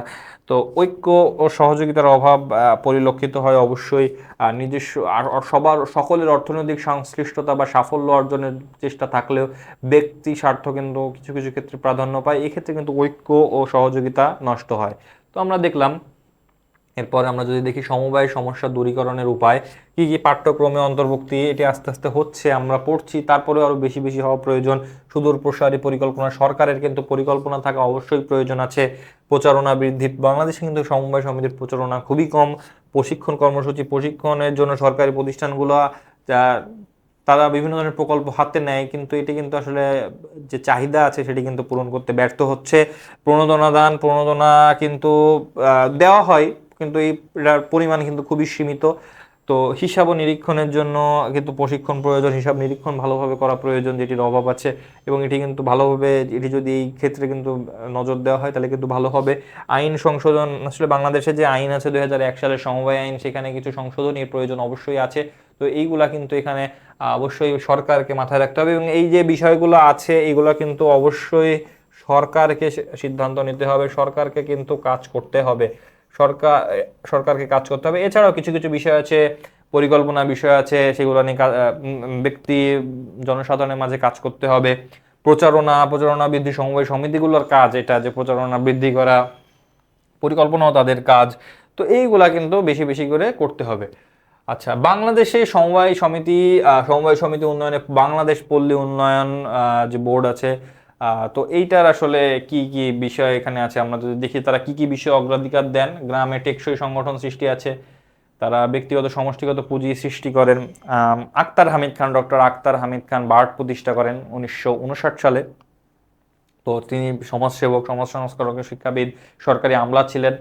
তো তো তারপরে এখানে আছে অবকাঠামোগত উন্নত কৃষি প্রযুক্তি সম্প্রসারণ, স্বাস্থ্য শিক্ষা, পরিবার পরিকল্পনা, নারী শিক্ষা ও সমাজ উন্নয়ন কাজের প্রসার, গ্রামের সব স্তরের জনগণের সহযোগিতার একটি সংগঠিত সমাজ সৃষ্টি, অকৃষি খাতে ভূমিহীন কৃষকদের জন্য কর্মসংস্থান, অকৃষি খাতে কর্মসংস্থানের জন্য তারা কাজ করেন। কৃষকদের নিয়ে তারা ভূমিহীন কৃষক না সরি ভূমিহীন শ্রমিকদের নিয়ে তারা কিন্তু কাজ করেন। গ্রামের সাথে বহির্বিশ্বে কার্যকর যোগাযোগ স্থাপন নিয়ে কিন্তু তারা কাজ করছেন। বাংলাদেশ পল্লী উন্নয়ন কর্তৃপক্ষ সরকারের সেবা গ্রামে পৌঁছানোর কার্যকর পদ্ধতি উদ্ভাবনের যে প্রজেক্টগুলো আছে, বিভিন্ন ধরনের মডেল আছে, তারা নিয়ে সেগুলো নিয়ে কাজ করছেন। কুমিল্লা মডেল সহ আরও বেশ কিছু মডেল আছে। আচ্ছা, কি কি অবদান আছে? পল্লী নারী পুরুষদের সমন্বয়ে আনুষ্ঠানিক দল গঠন, তাদের সঞ্চয়কে মূলধন রূপান্তরে সহায়তা করা, দেশের প্রান্তিক কৃষকদের সংঘবদ্ধকরণের মাধ্যমে কৃষি উৎপাদন সরবরাহের ব্যবস্থা করা, আধুনিক কৃষিকাজের জন্য প্রশিক্ষণের আয়োজন, কৃষিখাতে ক্ষুদ্র ঋণ দেওয়া। আচ্ছা, সমবায় সমিতি প্রতিষ্ঠানে উন্নয়ন, আধুনিক সংগঠনের কাঠামো নির্ধারণ করা। এই যে ক্ষুদ্র ঋণ দেওয়া, এটি কিন্তু খুবই গুরুত্বপূর্ণ, এটি কিন্তু এই সংগঠনের সাথে কিন্তু যায়। তারপরে হচ্ছে সমন্বিত আধুনিক উৎপাদন পদ্ধতি প্রয়োগ, আধুনিক যে উৎপাদন পদ্ধতিগুলো হচ্ছে এগুলোর উপর গবেষণা করা এবং তার প্রয়োগ করা, ক্ষুদ্র ক্ষুদ্র প্রকল্পের মাধ্যমে সংশ্লিষ্ট সবাইকে সম্পৃক্ত করা, ক্ষুদ্র ক্ষুদ্র ছোট ছোট প্রকল্পের মাধ্যমে মাইক্রো প্রকল্পের মাধ্যমে সেগুলো মানুষকে সংযুক্ত করা, নিয়মিত প্রাথমিক সমবায় সমিতি সদস্যদের প্রশিক্ষণ দেওয়া, যারা প্রাথমিক সমবায় সমিতির অংশ আছেন তাদেরকে প্রশিক্ষণ দেওয়া, সভা অনুষ্ঠান করা, আমানত বাড়ানোর প্রচেষ্টা চালানো ইত্যাদি, এগুলো নিয়ে কিন্তু তারা কাজ করছেন। এরপরে আমরা দেখি সমবায় সমিতি উন্নয়নে সমবায় একাডেমির অবদান। আচ্ছা, তো বিভিন্ন ক্যাটাগরিতে বাংলাদেশের সমবায় আন্দোলনের সাথে জড়িত কর্মীদের প্রশিক্ষণ দেওয়া হয়। এখানে সমবায় একাডেমি করেন। নতুন নিয়োগপ্রাপ্ত ক্যাডারভুক্ত কর্মকর্তাদের পেশাগত প্রশিক্ষণের ব্যবস্থা করা, যারা সমবায় ক্যাডার হন, যারা বিসিএস ক্যাডার হন, তারা কিন্তু এখানে প্রশিক্ষণের ব্যবস্থা করেন। সমবায় অধিদপ্তরের নতুন নিয়োগপ্রাপ্ত নন গেজেটেড কর্মকর্তাদের মৌলিক প্রশিক্ষণ দেওয়া হয়। সমবায় কর্মকর্তা আছে প্রত্যেকটি উপজেলায়, তাদেরকে প্রশিক্ষণ দেওয়া হয়, বা নন গেজেটেড যারা কর্মকর্তা আছেন। সমবায় অধিদপ্তরে গেজেটেড নন গেজেটেড কর্মকর্তাদের জন্য রিফ্রেশার মানে শুরু করা, সংযুক্ত কোর্সের ব্যবস্থা করা হয়। সমবায় সমিতির কর্মচারীদের জন্য পেশাগত প্রশিক্ষণের ব্যবস্থা করা হয়। তো এইগুলা কিন্তু এই যে সমবায় সমিতির কর্মচারীদের জন্য পেশাগত ট্রেনিং, এটা কিন্তু করা হয় পাবলিকলি। তারপরে তাদের সরকারি বিভিন্ন আমলাদের, তারপরে নন গেজেটেড অফিসারদের, তাদের কিন্তু এখানে অন্তর্ভুক্ত করে প্রশিক্ষণ দেওয়া হয়। আচ্ছা, বাংলাদেশে অংশীদারি ব্যবসায়ের অবস্থান, বাংলাদেশে অংশীদারি ব্যবসায়ের আসলে আচ্ছা আমরা দেখলাম যে সমবায় সমিতির উন্নয়নে সমবায় একাডেমির যে অবদানটি আছে সেটি কিন্তু আমরা এখন এখানে দেখলাম। তো আমরা এর আগেও কিন্তু আমরা সমবায় সমিতির সমস্যা, সমবায় সমিতির দূরীকরণের উপায়, পল্লী উন্নয়ন একাডেমির বাংলাদেশ পল্লী উন্নয়ন যে কর্তৃপক্ষ আছে তার কাজ, তারপরে আমরা এর অবদান দেখেছি। তারপরে সমবায় একাডেমির যে অবদানগুলো আছে, যে কার্যক্রমগুলো আছে, এগুলো কিন্তু আমরা দেখেছি। এরপরে প্রতিদিনের মতোই আমরা কিন্তু তোমাদের সামনে নমুনা সৃজনশীল তোমাদের সামনে আমরা নিয়ে এসেছি। এই নমুনা সৃজনশীল কিন্তু আমরা প্রতিনিয়ত তোমাদেরকে গাইড করে যাচ্ছি, নমুনা সৃজনশীল কীভাবে অ্যান্সার করতে হয়, কীভাবে পরীক্ষায় ভালো মার্ক পাওয়া যায়। তো আমরা এখানে দেখি যে সৃজনশীল একে আসলে কি আছে। সৃজনশীল একে আমরা যদি দেখি যে এখানে মন গার্মেন্টসের শ্রমিকরা তাদের নিজেদের স্বার্থে কারখানা গেটের সামনে একটি দোকান স্থাপন করেছে। মন গার্মেন্টসের শ্রমিকরা কারখানা গেটের সামনে একটি দোকান স্থাপন করেছে। এই দোকানের মালিক ও ক্রেতা তারাই। এই দোকানের মালিক ও ক্রেতা কিন্তু তারাই, মানে মালিকও তারা, ক্রেতাও তারা। আচ্ছা, দেখি আমরা তাদের নিজেদের মধ্যে থেকে নির্বাচিত ব্যবস্থাপনা কমিটি ব্যবসায়টি চালায়। প্রতি 3 বছর অন্তর নির্বাচন অনুষ্ঠিত হয়। কত বছর? প্রতি 3 বছর অন্তর কিন্তু নির্বাচন অনুষ্ঠিত হয়। বিনিয়োগ যাই হোক না কেন, প্রত্যেকের অংশগ্রহণ থাকে সমান। তারা তাদের সংগঠন থেকে বিবিধ সহায়তা পেয়ে থাকে, সংগঠন থেকে কিন্তু বিবিধ ধরনের সহায়তা পেয়ে থাকে। আমরা উদ্দীপকটি পড়লাম, গার্মেন্টস শ্রমিকরা মিলে একটি দোকান তারা স্থাপন করেছেন। এখানে তারা একটি পুঁজি বিনিয়োগ করেছেন। 3 বছর পর কিন্তু নির্বাচনের মাধ্যমে ব্যবস্থাপনা কমিটি এখানে আসে। সার্বিকভাবে তারা কিন্তু পণ্য কেনা বেচা করেন এখানে। তো আমরা উদ্দীপকটি পড়লাম। এরপরে আমরা কিছু প্রশ্ন আছে, এটি আমরা এখন দেখব। সমবায় সমিতির উপবিধি কি? উপবিধি হচ্ছে যে দলিলে সমবায় সমিতির অভ্যন্তরীণ বাহ্যিক কাজ পরিচালনা নিয়ম সংক্রান্ত যাবতীয় নিয়মকানুনের বিষয় উল্লেখ থাকে সমবায় সমিতির উপবিধি বলে। আচ্ছা, উপবিধি সম্পর্কে কিন্তু আমরা এর আগে বেশ কয়েকবার বলেছি এবং আমরা কিন্তু সিকিউতে দেখলাম এটি কিন্তু বোর্ড পরীক্ষার প্রশ্নে এসেছে। তো সিকিউতে কিন্তু উপবিধি সম্পর্কে এসেছে, এই জন্য এটি কিন্তু তোমরা খুব ভালোভাবে আত্মস্থ করবে। এরপরে বহুমুখী সমবায় সমিতি বলতে কি বোঝো, মানে বহুমুখী সমবায় সমিতি বলতে আসলে কি বোঝা যায়, এখানে এটি বলা হয়েছে একাধিক উদ্দেশ্য অর্জনের জন্য যে সমবায় সমিতি গঠিত হয় তাকে বহুমুখী সমবায় সমিতি বলে। মানে একটি উদ্দেশ্য থাকবে না, আগে তো আমরা দেখলাম যে উদ্দেশ্য আলাদা আলাদা আছে, তো এখানে কিন্তু একাধিক উদ্দেশ্য থাকবে। তো দেখি কি কি আছে। আচ্ছা, বহুমুখী সমবায় সমিতি সাধারণত উৎপাদন, ক্রয় বিক্রয়, ঋণ দান প্রভৃতি উদ্দেশ্য অর্জনের জন্য গঠিত হয়। তো আমরা খ নাম্বার প্রশ্নে প্রতিবারেই আমি বলি যে খ নাম্বার প্রশ্নে কিন্তু প্রথমে আসলে জ্ঞানমূলক দিতে হবে যে বহুমুখী সমবায় সমিতি আসলে কি, সেটি কিন্তু দিতে হবে। এরপর তুমি পাঠ্য বই থেকে যেটা পড়েছো এবং যেটি বুঝেছো সেটি কিন্তু এখানে অ্যান্সার করতে হবে। তো এখানে ঠিক সেভাবেই অ্যান্সার করা হয়েছে।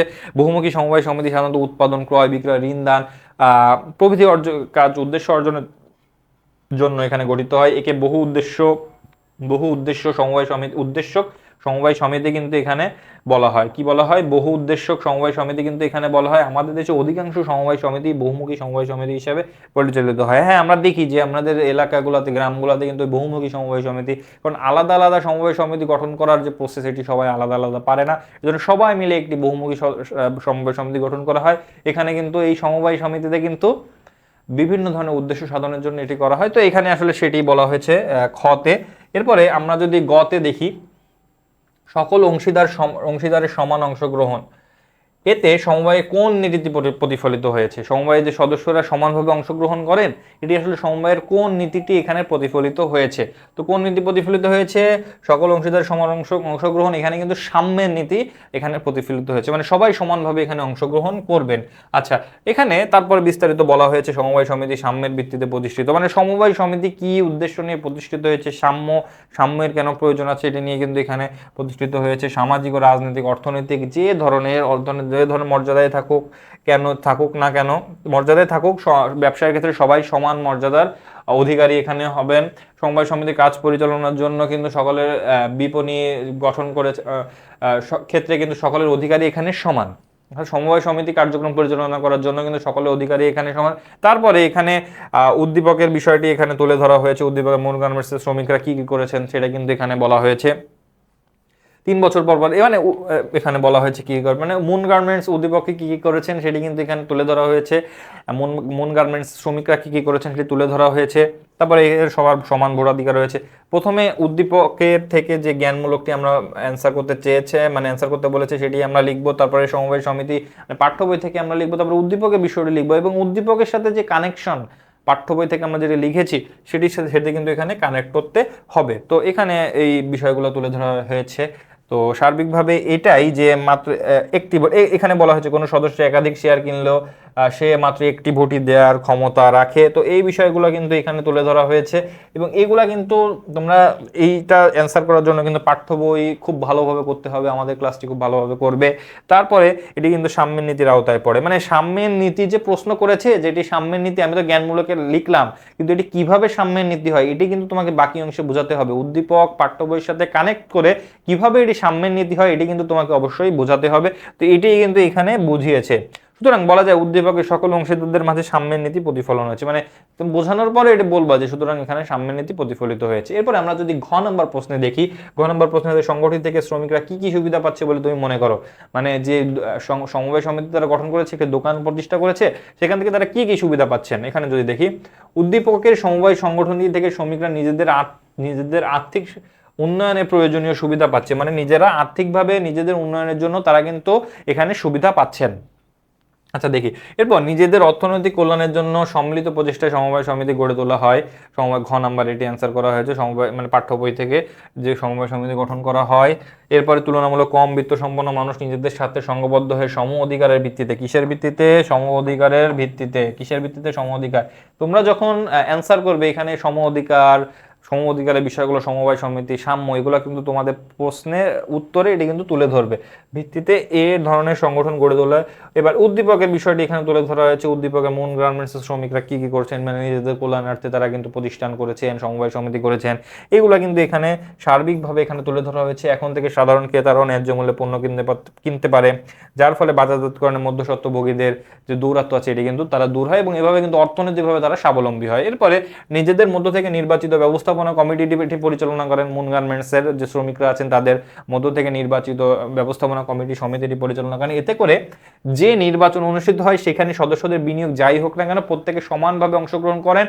একজন যদি 10,000 টাকাও বিনিয়োগ করে, 10,000 টাকা শেয়ারও কিনে, তার ভোটও এক। একজন যদি 1,000 টাকা 500 টাকার একটি 500 টাকার যদি শেয়ার কিনে তাহলে তার ভোটও কিন্তু একটি ভোট। এইভাবে কিন্তু সাম্য এখানে প্রতিষ্ঠিত হয় এবং এখানে কিন্তু এটির মাধ্যমে কিন্তু তারা কিন্তু অর্থনৈতিক কল্যাণ যে প্রতিষ্ঠানটি তারা গড়েছেন সেই প্রতিষ্ঠানটি খুব ভালোভাবে রান করে এবং আলটিমেটলি এখানে কিন্তু অর্থনৈতিক কল্যাণ সাধন হয়। ফলে এখানে বলা হয়েছে ফলে তাদের মধ্যে যে শৃঙ্খলা বজায় থাকে, পাশাপাশি বার্ষিক ক্রয় অনুপাতে সদস্যরা মুনাফা পেয়ে থাকেন। যেহেতু এটি একটি ভোক্তা সমবায় সমিতি, এখানে জ্ঞানমূলকে এখানে বলা হয়েছে আর্থিক উন্নয়নের জন্য।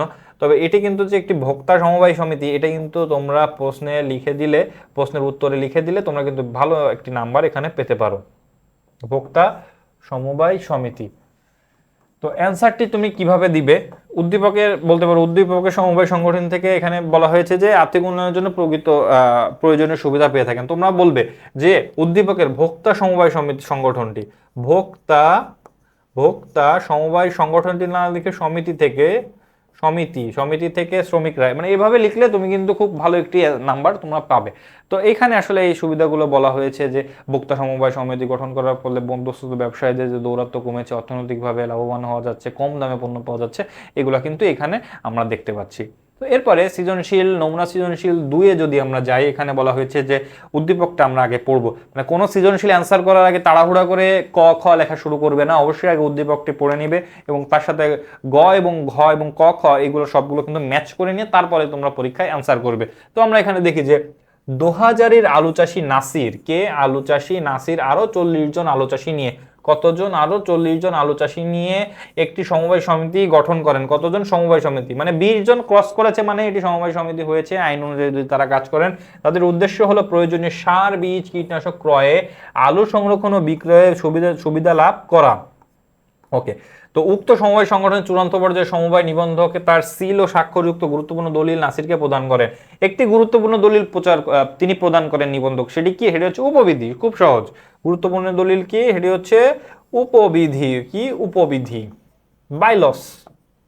ওকে, উপবিধি তিনি কিন্তু নিবন্ধক নাসিরকে প্রদান করেন। উক্ত দলিলে সমিতির মোট শেয়ার সংখ্যা 1000 উল্লেখ আছে। নাসির 200 শেয়ার ক্রয় করেন। নাসির কয়টা শেয়ার ক্রয় করেন? তারা কিন্তু 200 শেয়ার ক্রয় করেন। এখানে খুব মনে হচ্ছে যে খুব সহজ আসলে, যে নাসির তো 1000 শেয়ারের মধ্যে 200 শেয়ার ক্রয় করছেন। এখানে যদি কোনো একটি ম্যাথ চলে আসে সেক্ষেত্রে বলতে পারে যে নাসির কত % শেয়ার তিনি ক্রয় করেন। খুবই সহজ, এখানে 1000টি শেয়ার আছে, এখানে 200টি শেয়ার তিনি ক্রয় করছেন। মানে কি?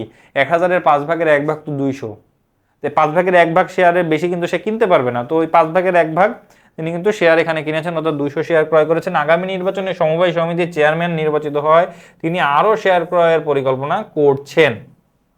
ওকে, তো আমরা এখানে দেখলাম যে এখানে কি বিষয় এসেছে। এখানে প্রথমে বলা হয়েছে উপবিধি কি, আগের প্রশ্নটিকে বলা হয়েছে যে উপবিধি কিন্তু খুবই গুরুত্বপূর্ণ বিষয়। এখানে উপবিধি সম্পর্কে প্রশ্ন আসবে। জাতীয় সমবায় সমিতি বলতে কি বুঝো? আসলে জাতীয় সমবায় সমিতি বলতে কি বোঝায়?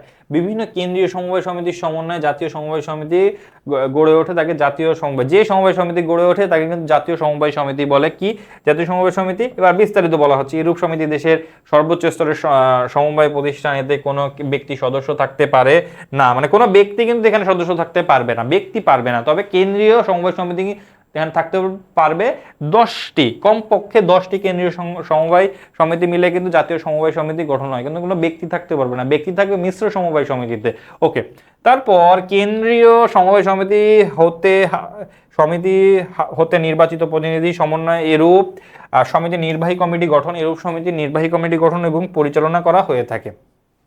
মানে এখানে বলা হলো জাতীয় সমবায় সমিতি কি এবং এটি কিভাবে ফাংশন করে বা বিস্তারিত কিন্তু অনুধাবনমূলক কিন্তু খুব সুন্দরভাবে এখানে বলা আছে। এরপরে যদি আমরা দেখি যে সদস্যদের প্রকৃতির ভিত্তিতে উদ্দীপকের সমবায় সমিতির ধরন ব্যাখ্যা করো। আমরা যদি দেখি যে উদ্দীপকে নাসির একজন আলু চাষী, তিনি সার বীজ কীটনাশক ক্রয় করে আলুর জন্য তিনি কাজ করবেন, তো এটি অবশ্যই উৎপাদক সমবায় সমিতি হবে, যেটা স্পষ্টভাবে এখানে বলা আছে উৎপাদক সমবায় সমিতি। ওকে, তারপরে যদি দেখি কবিতয় উৎপাদক নিজেদের মধ্যে আর্থসামাজিক উন্নয়নে, কিসের কিসের জন্য? নিজেদের মধ্যে আর্থসামাজিক উন্নয়নে উৎপাদন ও বিক্রয় কার্যকে অধিকতর ফলপ্রসূ এবং কার্যকরভাবে পরিচালনার উদ্দেশ্যে কোনো সমবায় সমিতি গড়ে তুললে, কোনো সমবায় সমিতি গড়ে তুললে তাকে উৎপাদক সমবায় সমিতি বলে। ওকে, তো এখানে উৎপাদক সমবায় সমিতি বলে, এটি বলা হয়েছে। মানে প্রথমে তুমি বলছো যে সমবায় সমিতি কি, উৎপাদক সমবায় সমিতি, প্রশ্নে বলা হয়েছে কি সমবায় সমিতি, উৎপাদক সমবায় সমিতি। এখন উৎপাদক সমবায় সমিতি কি, এটি কিন্তু তোমাকে এখানে অ্যান্সার করতে হবে। তারপর উদ্দীপকের বিষয়গুলো কিন্তু এখানে তুলে ধরতে হবে। নাসির আসলে কে, নাসির কি, নাসির যদি আলু চাষী হয় তাহলে তো সে উৎপাদক, তো উৎপাদক সমবায় সমিতির সে গঠন করবে, যে 40 জন সদস্য আছে তারা এর পার্ট হবে।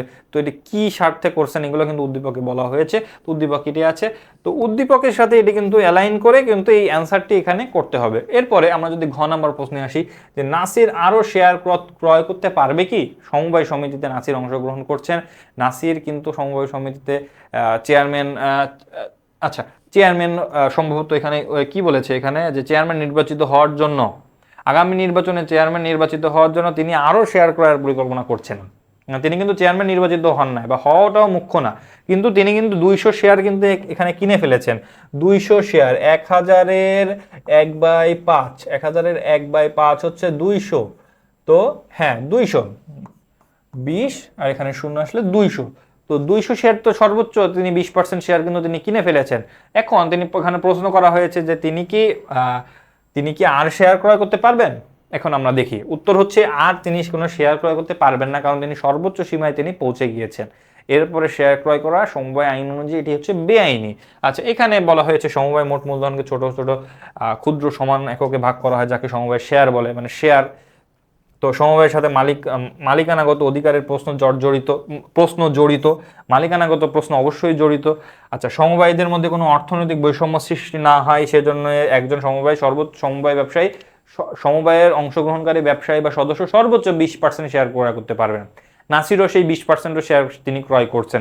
তো এখানে সেটাই কিন্তু তুলে ধরা হয়েছে, উদ্দীপকে আলু চাষীরা নিজেদের অর্থনৈতিক কল্যাণের জন্য সম্মিলিত প্রচেষ্টায় সমবায় সমিতি গড়ে তুলেছে, মানে উদ্দীপকের বিষয়টি এখানে তুলে ধরা হয়েছে। এবং এর আগে সমবায় সমিতির যে বাধ্যবাধকতা আছে পাঠ্য বই থেকে, সেটি কিন্তু তোমাদের সামনে বলা হয়েছে। এরপরে আমরা যদি দেখি যে একতাই বল, পারস্পরিক সহযোগিতা, সাম্য প্রভৃতি মূলনীতি মেনে চলার উপর এই সমবায় প্রতিষ্ঠানের সাফল্য নির্ভর করে, তাই কোনো সদস্যদের অধিক কর্তৃত্ব বন্ধে এক্ষেত্রে শেয়ার ক্রয়ের সর্বোচ্চ সীমা নির্দিষ্ট করা হয়েছে। কি করা হয়েছে? শেয়ার ক্রয়ের সর্বোচ্চ সীমা নির্দিষ্ট করা হয়েছে। কিসের জন্য? অধিক কর্তৃত্ব বন্ধে, মানে তিনি যে চেয়ারম্যান হবেন এক্ষেত্রে তো তার কর্তৃত্ব বাড়বে, কিন্তু এই কর্তৃত্ব যাতে না বাড়ে এই জন্য আইন করেই কিন্তু 20%-এর বেশি শেয়ার কেউ ক্রয় করতে পারবে না সমবায় সমিতিতে। এখানে সেটাই বলা হয়েছে যে উদ্দীপকের সমিতির মোট শেয়ারের সংখ্যা 1000, যার 200 শেয়ার অর্থাৎ 20% নাসির ইতিমধ্যেই ক্রয় করছে, মানে ইতিমধ্যে তার তো আছে। তাই সমবায় সমিতির চেয়ারম্যান হওয়ার জন্য সে আরো শেয়ার কেনার আগ্রহ দেখাচ্ছে, যা আইনে কখনোই সম্ভব নয়। তাই সে আর কখনোই শেয়ার কিনতে পারবে না, তার মানে সে আর এই শেয়ার কিনতে পারবে না। এই 20 অর্থাৎ 200 শেয়ার পর্যন্তই কিন্তু এটি সীমাবদ্ধ থাকবে। তো এইখানে কিন্তু এটি বোঝানো হয়েছে, তার মানে উত্তর হচ্ছে না। ওকে, তাহলে আমরা এতক্ষণ নমুনা সৃজনশীল নিয়ে তোমাদের সামনে আলোচনা করলাম। তার আগে আমরা সমবায় সমিতি নিয়ে বিস্তারিত আলোচনা করলাম। এখন আমরা কিছু গুরুত্বপূর্ণ এমসিকিউ নিয়ে তোমাদের সামনে কথা বলবো। এমসিকিউগুলা কি কি আমরা এখন আলোচনা করব, এবং এর সমস্যাগুলো যেগুলো আছে সেগুলো নিয়ে কথা বলবো। তো এখন আমরা দেখো সমবায় সমিতি, প্রথম এমসিকিউতে সমবায় সমিতির মুখ্য উদ্দেশ্য কি, এখানে মুখ্য উদ্দেশ্য কি প্রশ্ন করা হয়েছে। খুবই সংক্ষেপে অ্যান্সার করতে হবে, যেহেতু আমাদের এখানে বৃত্ত ভরাট করতে হবে, তো আমাদের বুঝতে হবে যে অপশনগুলোতে আছে কি। বৃহদায়তন সমবায় সমিতি, বৃহদায়তন ব্যবসায় প্রতিষ্ঠা, এটিকে মুখ্য উদ্দেশ্য। আমরা দেখি পরবর্তীগুলো দেখে মুনাফা বৃদ্ধি করে, এটিকে মুখ্য উদ্দেশ্য। আমরা পরবর্তীতে দেখি সদস্যদের আর্থিক কল্যাণ সাধন করা, এটিকে মুখ্য উদ্দেশ্য। আচ্ছা, এই পরবর্তীতে দেখি সদস্যদের ঋণের সুযোগ সৃষ্টি, এটিকে মুখ্য উদ্দেশ্য। কি বলা হয়েছে? মুখ্য উদ্দেশ্য। মুখ্য উদ্দেশ্য অবশ্যই অর্থনৈতিক কল্যাণ সাধন করা, যেটি সরাসরি আছে, মানে সমবায় ইকুয়াল টু সমবায়ের যে সদস্য যারা আছেন তাদের অর্থনৈতিক কল্যাণ সাধন করা। তো আমরা এখানে অ্যান্সার পেলাম যে অর্থনৈতিক কল্যাণ সাধন করা, এটি হচ্ছে মুখ্য উদ্দেশ্য। বৃহদায়তন ব্যবসা প্রতিষ্ঠান না, মুনাফা অর্জন না, এবং সদস্যদের ঋণের সুযোগ সৃষ্টি করা না। এরপরে আমরা 2 নাম্বার দেখি। একতাই বল কোন সংগঠনের মূলমন্ত্র? আমরা কিন্তু একটু আগে ক্লাসে আমি কিন্তু এটি উল্লেখ করেছি যে একতাই বলের উপর ভিত্তি করে, মূলনীতির উপর ভিত্তি করে কিন্তু সমবায় সমিতি পরিচালনা করা হয়, সমবায় সমিতি গঠিত হয়। তো এখানে উত্তর হচ্ছে সমবায় সমিতি, সমবায়। আচ্ছা, ভারতীয় উপমহাদেশে সর্বপ্রথম কত সালে সমবায় আইন পাশ করা হয়? সমবায় আইন কত সালে পাশ করা হয়? আমরা কিন্তু শুরুতে এটি পড়ে এসেছি 1904 সালে। কত সালে? 1904 সালে কিন্তু সমবায় আইন এটি পাশ করা হয় ভারতীয় উপমহাদেশে। ওকে, তারপরে বাংলাদেশে কত সালে সমবায় আইন চালু আছে? বারবার বলা হচ্ছে সমবায় আইন আমরা ফলো করছি বাংলাদেশের, সেটি হচ্ছে 2001 সালের। সেটি কত সালে? 2001 সালের। এরপর আমরা যদি দেখি যে বাংলাদেশে বর্তমানে কত সালে সমবায় বিধিমালা কার্যকর আছে? ক্লাসের শুরুতেই বলেছিলাম যে সমবায় বিধিমালা 2004 বাংলাদেশে কার্যকর আছে। তো এটি আসলে আত্মস্থ করার বিষয়।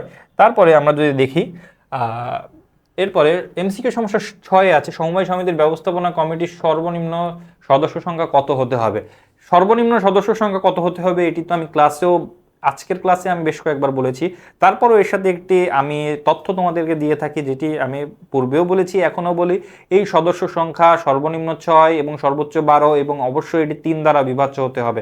অর্থাৎ সদস্য সংখ্যা 6, 9 এবং 12-র বাহিরে কিন্তু যেতে পারবে না। তো আমরা দেখি যে সর্বনিম্ন সদস্য সংখ্যা কতজন? সর্বনিম্ন সদস্য সংখ্যা হচ্ছে 6 জন সমবায় সমিতির। ওকে, এরপরে সমস্যা 7, সমবায় সমিতির গঠনতন্ত্র কোনটি? চুক্তি কিসের? চুক্তি তো অংশীদারি ব্যবসায়ের, এটা তো আমাদের সমবায় সমিতির সাথে সম্পৃক্ত না। ওকে, সমবায় সমিতি না। সংঘস্মারক তো আমাদের সাথে বিষয়বস্তু না, এটি হচ্ছে কোম্পানি সংগঠনের বিষয়বস্তু। তারপর কি? উপবিধি। হ্যাঁ, উপবিধি, আমরা কিন্তু উপবিধি নিয়ে বেশ কয়েকটি প্রশ্নের সমাধান করেছি। তো উপবিধি হচ্ছে সমবায় সমিতির গঠনতন্ত্র, পরিমেয় নিয়মাবলী না। ওকে, তারপর আমরা যদি যাই সমবায় সমিতির অন্যতম গুরুত্বপূর্ণ দলিল কি? আমরা পূর্বেও দেখলাম যে উপবিধি সম্পর্কে কথা বলা হয়েছে, এখনোই এই উত্তরটি হবে অবশ্যই উপবিধি। ওকে, তারপর আমরা যদি যাই ভোক্তা সমবায় সমিতিতে সদস্যদের লভ্যাংশ কিভাবে বন্টন করা হয়? আমরা কিন্তু সৃজনশীলতা সিকিউতেও বলেছি, এটি হচ্ছে ক্রয় অনুপাতে এটি কিন্তু বন্টন করা হয়। এরপরে অসাধু ব্যবসায়ীদের প্রতারণার হাত থেকে রক্ষা করার জন্য কোন সমবায় সমিতি গঠন করা হয়েছে? মালিক, পেশাজীবী, শ্রমজীবী না ভোক্তা? অবশ্যই ভোক্তা সমবায় সমিতি। এরপরে পৃথিবীর কোন দেশে আনুষ্ঠানিকভাবে প্রথম সমবায় সমিতি গঠন করা হয়? এটি কিন্তু আমরা শুরুতে পড়েছি যুক্তরাজ্য, যেটিকে বলা হয় যুক্তরাজ্য বা ইংল্যান্ড, যুক্তরাষ্ট্র বা ইংল্যান্ড। আমরা ইংল্যান্ড পড়েছি, এখানে আসছে হচ্ছে যুক্তরাজ্য অর্থাৎ ইংল্যান্ড। ওকে, তারপরে হচ্ছে একটি সমবায় সমিতি পরিচালকের সর্বোচ্চ, আমরা একটু আগেই বললাম সর্বনিম্ন 6, সর্বোচ্চ কত? 12। সর্বোচ্চ কত? 12। ওকে, এরপরে দেখি কোন ব্যবসায়ী সংগঠন নিম্নবিত্ত মানুষের আত্মরক্ষার উপায় হিসাবে বিবেচিত হয়? অবশ্যই সমবায় সমিতি। নিম্নবিত্ত মানুষরা এর সবচেয়ে বেশি সুবিধা ভোগ করে এখান থেকে। তারপরে হচ্ছে ব্যবসায় অর্জিত মুনাফার কত অংশ বাধ্যতামূলকভাবে সমবায় তহবিলে সংরক্ষণ করতে হয়? কত পার্সেন্ট সমবায় তহবিলে সংরক্ষণ করতে হয়? আমরা কিন্তু একটা ম্যাথ করেছিলাম। আমরা যদি শুরুতে চলে যাই, শুরুতে চলে যাব যে মুনাফা বন্টনের যে অংশটি আছে, আমরা যদি দেখি মুনাফা বন্টনের যে অংশটি আছে গঠন প্রণালীর আগে, হ্যাঁ, এই যে মুনাফা বন্টনে আমরা কিন্তু দেখেছি সংরক্ষিত বা সঞ্চিত তহবিলে কিন্তু কত পার্সেন্ট? 5%, এবং সমবায় উন্নয়ন তহবিলে কিন্তু 3%। সঞ্চিত তহবিলে, সংরক্ষিত তহবিলে 15% এবং উন্নয়ন তহবিলে কিন্তু 3%। তো আমরা এখন তাহলে উত্তরে চলে যাই, একবারে এমসিকিউতে চলে যাব। উত্তরে সংরক্ষিত 15 এবং সংরক্ষিততে কিন্তু 15%। এখন আমরা দেখি যে অর্জিত মুনাফার কত অংশ বাধ্যতামূলকভাবে সমবায় উন্নয়ন, মানে সংরক্ষিত কিন্তু বলা হয়নি, বলা হয়েছে সমবায় উন্নয়ন। সমবায় উন্নয়নে কত পার্সেন্ট? 3%। ওকে, তারপর সমবায় সমিতির মুনাফার কত অংশ বাধ্যতামূলকভাবে, এই দুইটা প্রশ্নই পরপর এসেছে, কত পার্সেন্ট? 15% বাধ্যতামূলকভাবে সংরক্ষিত তহবিলে জমা রাখতে হবে। তারপরে হচ্ছে সমবায় সমিতির একজন সদস্য সর্বোচ্চ কি পরিমাণ শেয়ার ক্রয় করতে পারবেন? 1/5, অর্থাৎ 20% তিনি ক্রয় করতে পারবেন, যেটি আমরা সিকিউতে নাসিরের প্রশ্নটি সমাধান করতে যাই কিন্তু আমরা ওখানে দেখেছি। এরপর আমরা যদি দেখি সন্দ্বীপের জেলেরা ন্যায্য মূল্যে পণ্য প্রাপ্তির আশায় সমবায়ের ভিত্তিতে একটি সংগঠন গড়ে তোলে। বছর শেষে তারা 5 লক্ষ টাকা মুনাফা অর্জন করে। সমিতির সদস্যরা অর্জিত মুনাফার কত টাকা বাধ্যতামূলকভাবে সংরক্ষিত তহবিলে জমা রাখবে? কত টাকা সংরক্ষিত তহবিলে জমা রাখবে? আমরা দেখি সংরক্ষিত তহবিলে 15% কিন্তু জমা রাখতে হয়। কত পার্সেন্ট? 15%। কত টাকা অর্জন করা হয়েছে এখানে? 5 লক্ষ টাকা। তাহলে আমরা দেখি 5 লক্ষ টাকা গুণ 15%, 15% ইজ ইকুয়াল টু কত? 15% ইজ ইকুয়াল টু হচ্ছে 15/100, তাহলে কত হয় 5 লক্ষ টাকা। 5 লক্ষ টাকা গুণ 15/100, এই যে 15/100 আমরা করলাম না, এই যে 15/100, এই দুইটা শূন্য এই দুইটা শূন্য কেটে গেল, তাহলে কত থাকে 5000 গুণ 15, 5000 গুণ 15 কত হয় 75,000 টাকা, 75,000 টাকা। তো এখানে আমরা অ্যান্সার হচ্ছে 75,000 টাকা। এরপর আমরা যদি দেখি রসডেল সমবায় সমিতি কারা গড়ে তুলেছিল, আমরা শুরুতেই পড়েছি এটি হচ্ছে তাঁতিরা গড়ে তুলেছিল। এরপর আমরা যদি দেখি সমবায় সমিতি কোন ধরনের সংগঠন, আমরা কিন্তু একেবারে শুরু স্লাইডে বলেছিলাম এটি কিন্তু একটি স্বেচ্ছামূলক সংগঠন। স্বেচ্ছামূলক সংগঠন, অমুনাফাভোগী না, স্বায়ত্তশাসিত না, প্রতিনিধিত্বমূলকও না।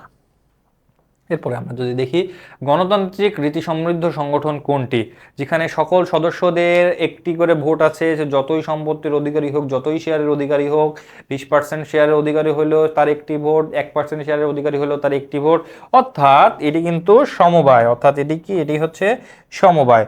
তো আমরা 20টা এমসিকিউ সমাধান করলাম, সৃজনশীল সমাধান করলাম এবং বিস্তারিত সমবায় সমিতি নিয়ে কথা বললাম, বিস্তারিত মূল টপিক নিয়ে আমরা কিন্তু কথা বলেছি আজকের ক্লাসে কিন্তু আমরা অনেক এমসিকিউ জানতে পেরেছি এবং আজকের ক্লাসটিকেও ভালোভাবে করলে কিন্তু বেশ কিছু এমসিকিউ তারা পরীক্ষায় অ্যান্সার করতে পারবে এবং পরীক্ষায় কিন্তু 3 থেকে 4টি এমসিকিউ কিন্তু সমবায় সমিতিতে থাকবেই, বা এমসিকিউ অবশ্যই থাকবে এবং আমাদের অ্যাডমিশন টেস্টেও কিন্তু সমবায় সমিতি থেকে প্রশ্ন আসে।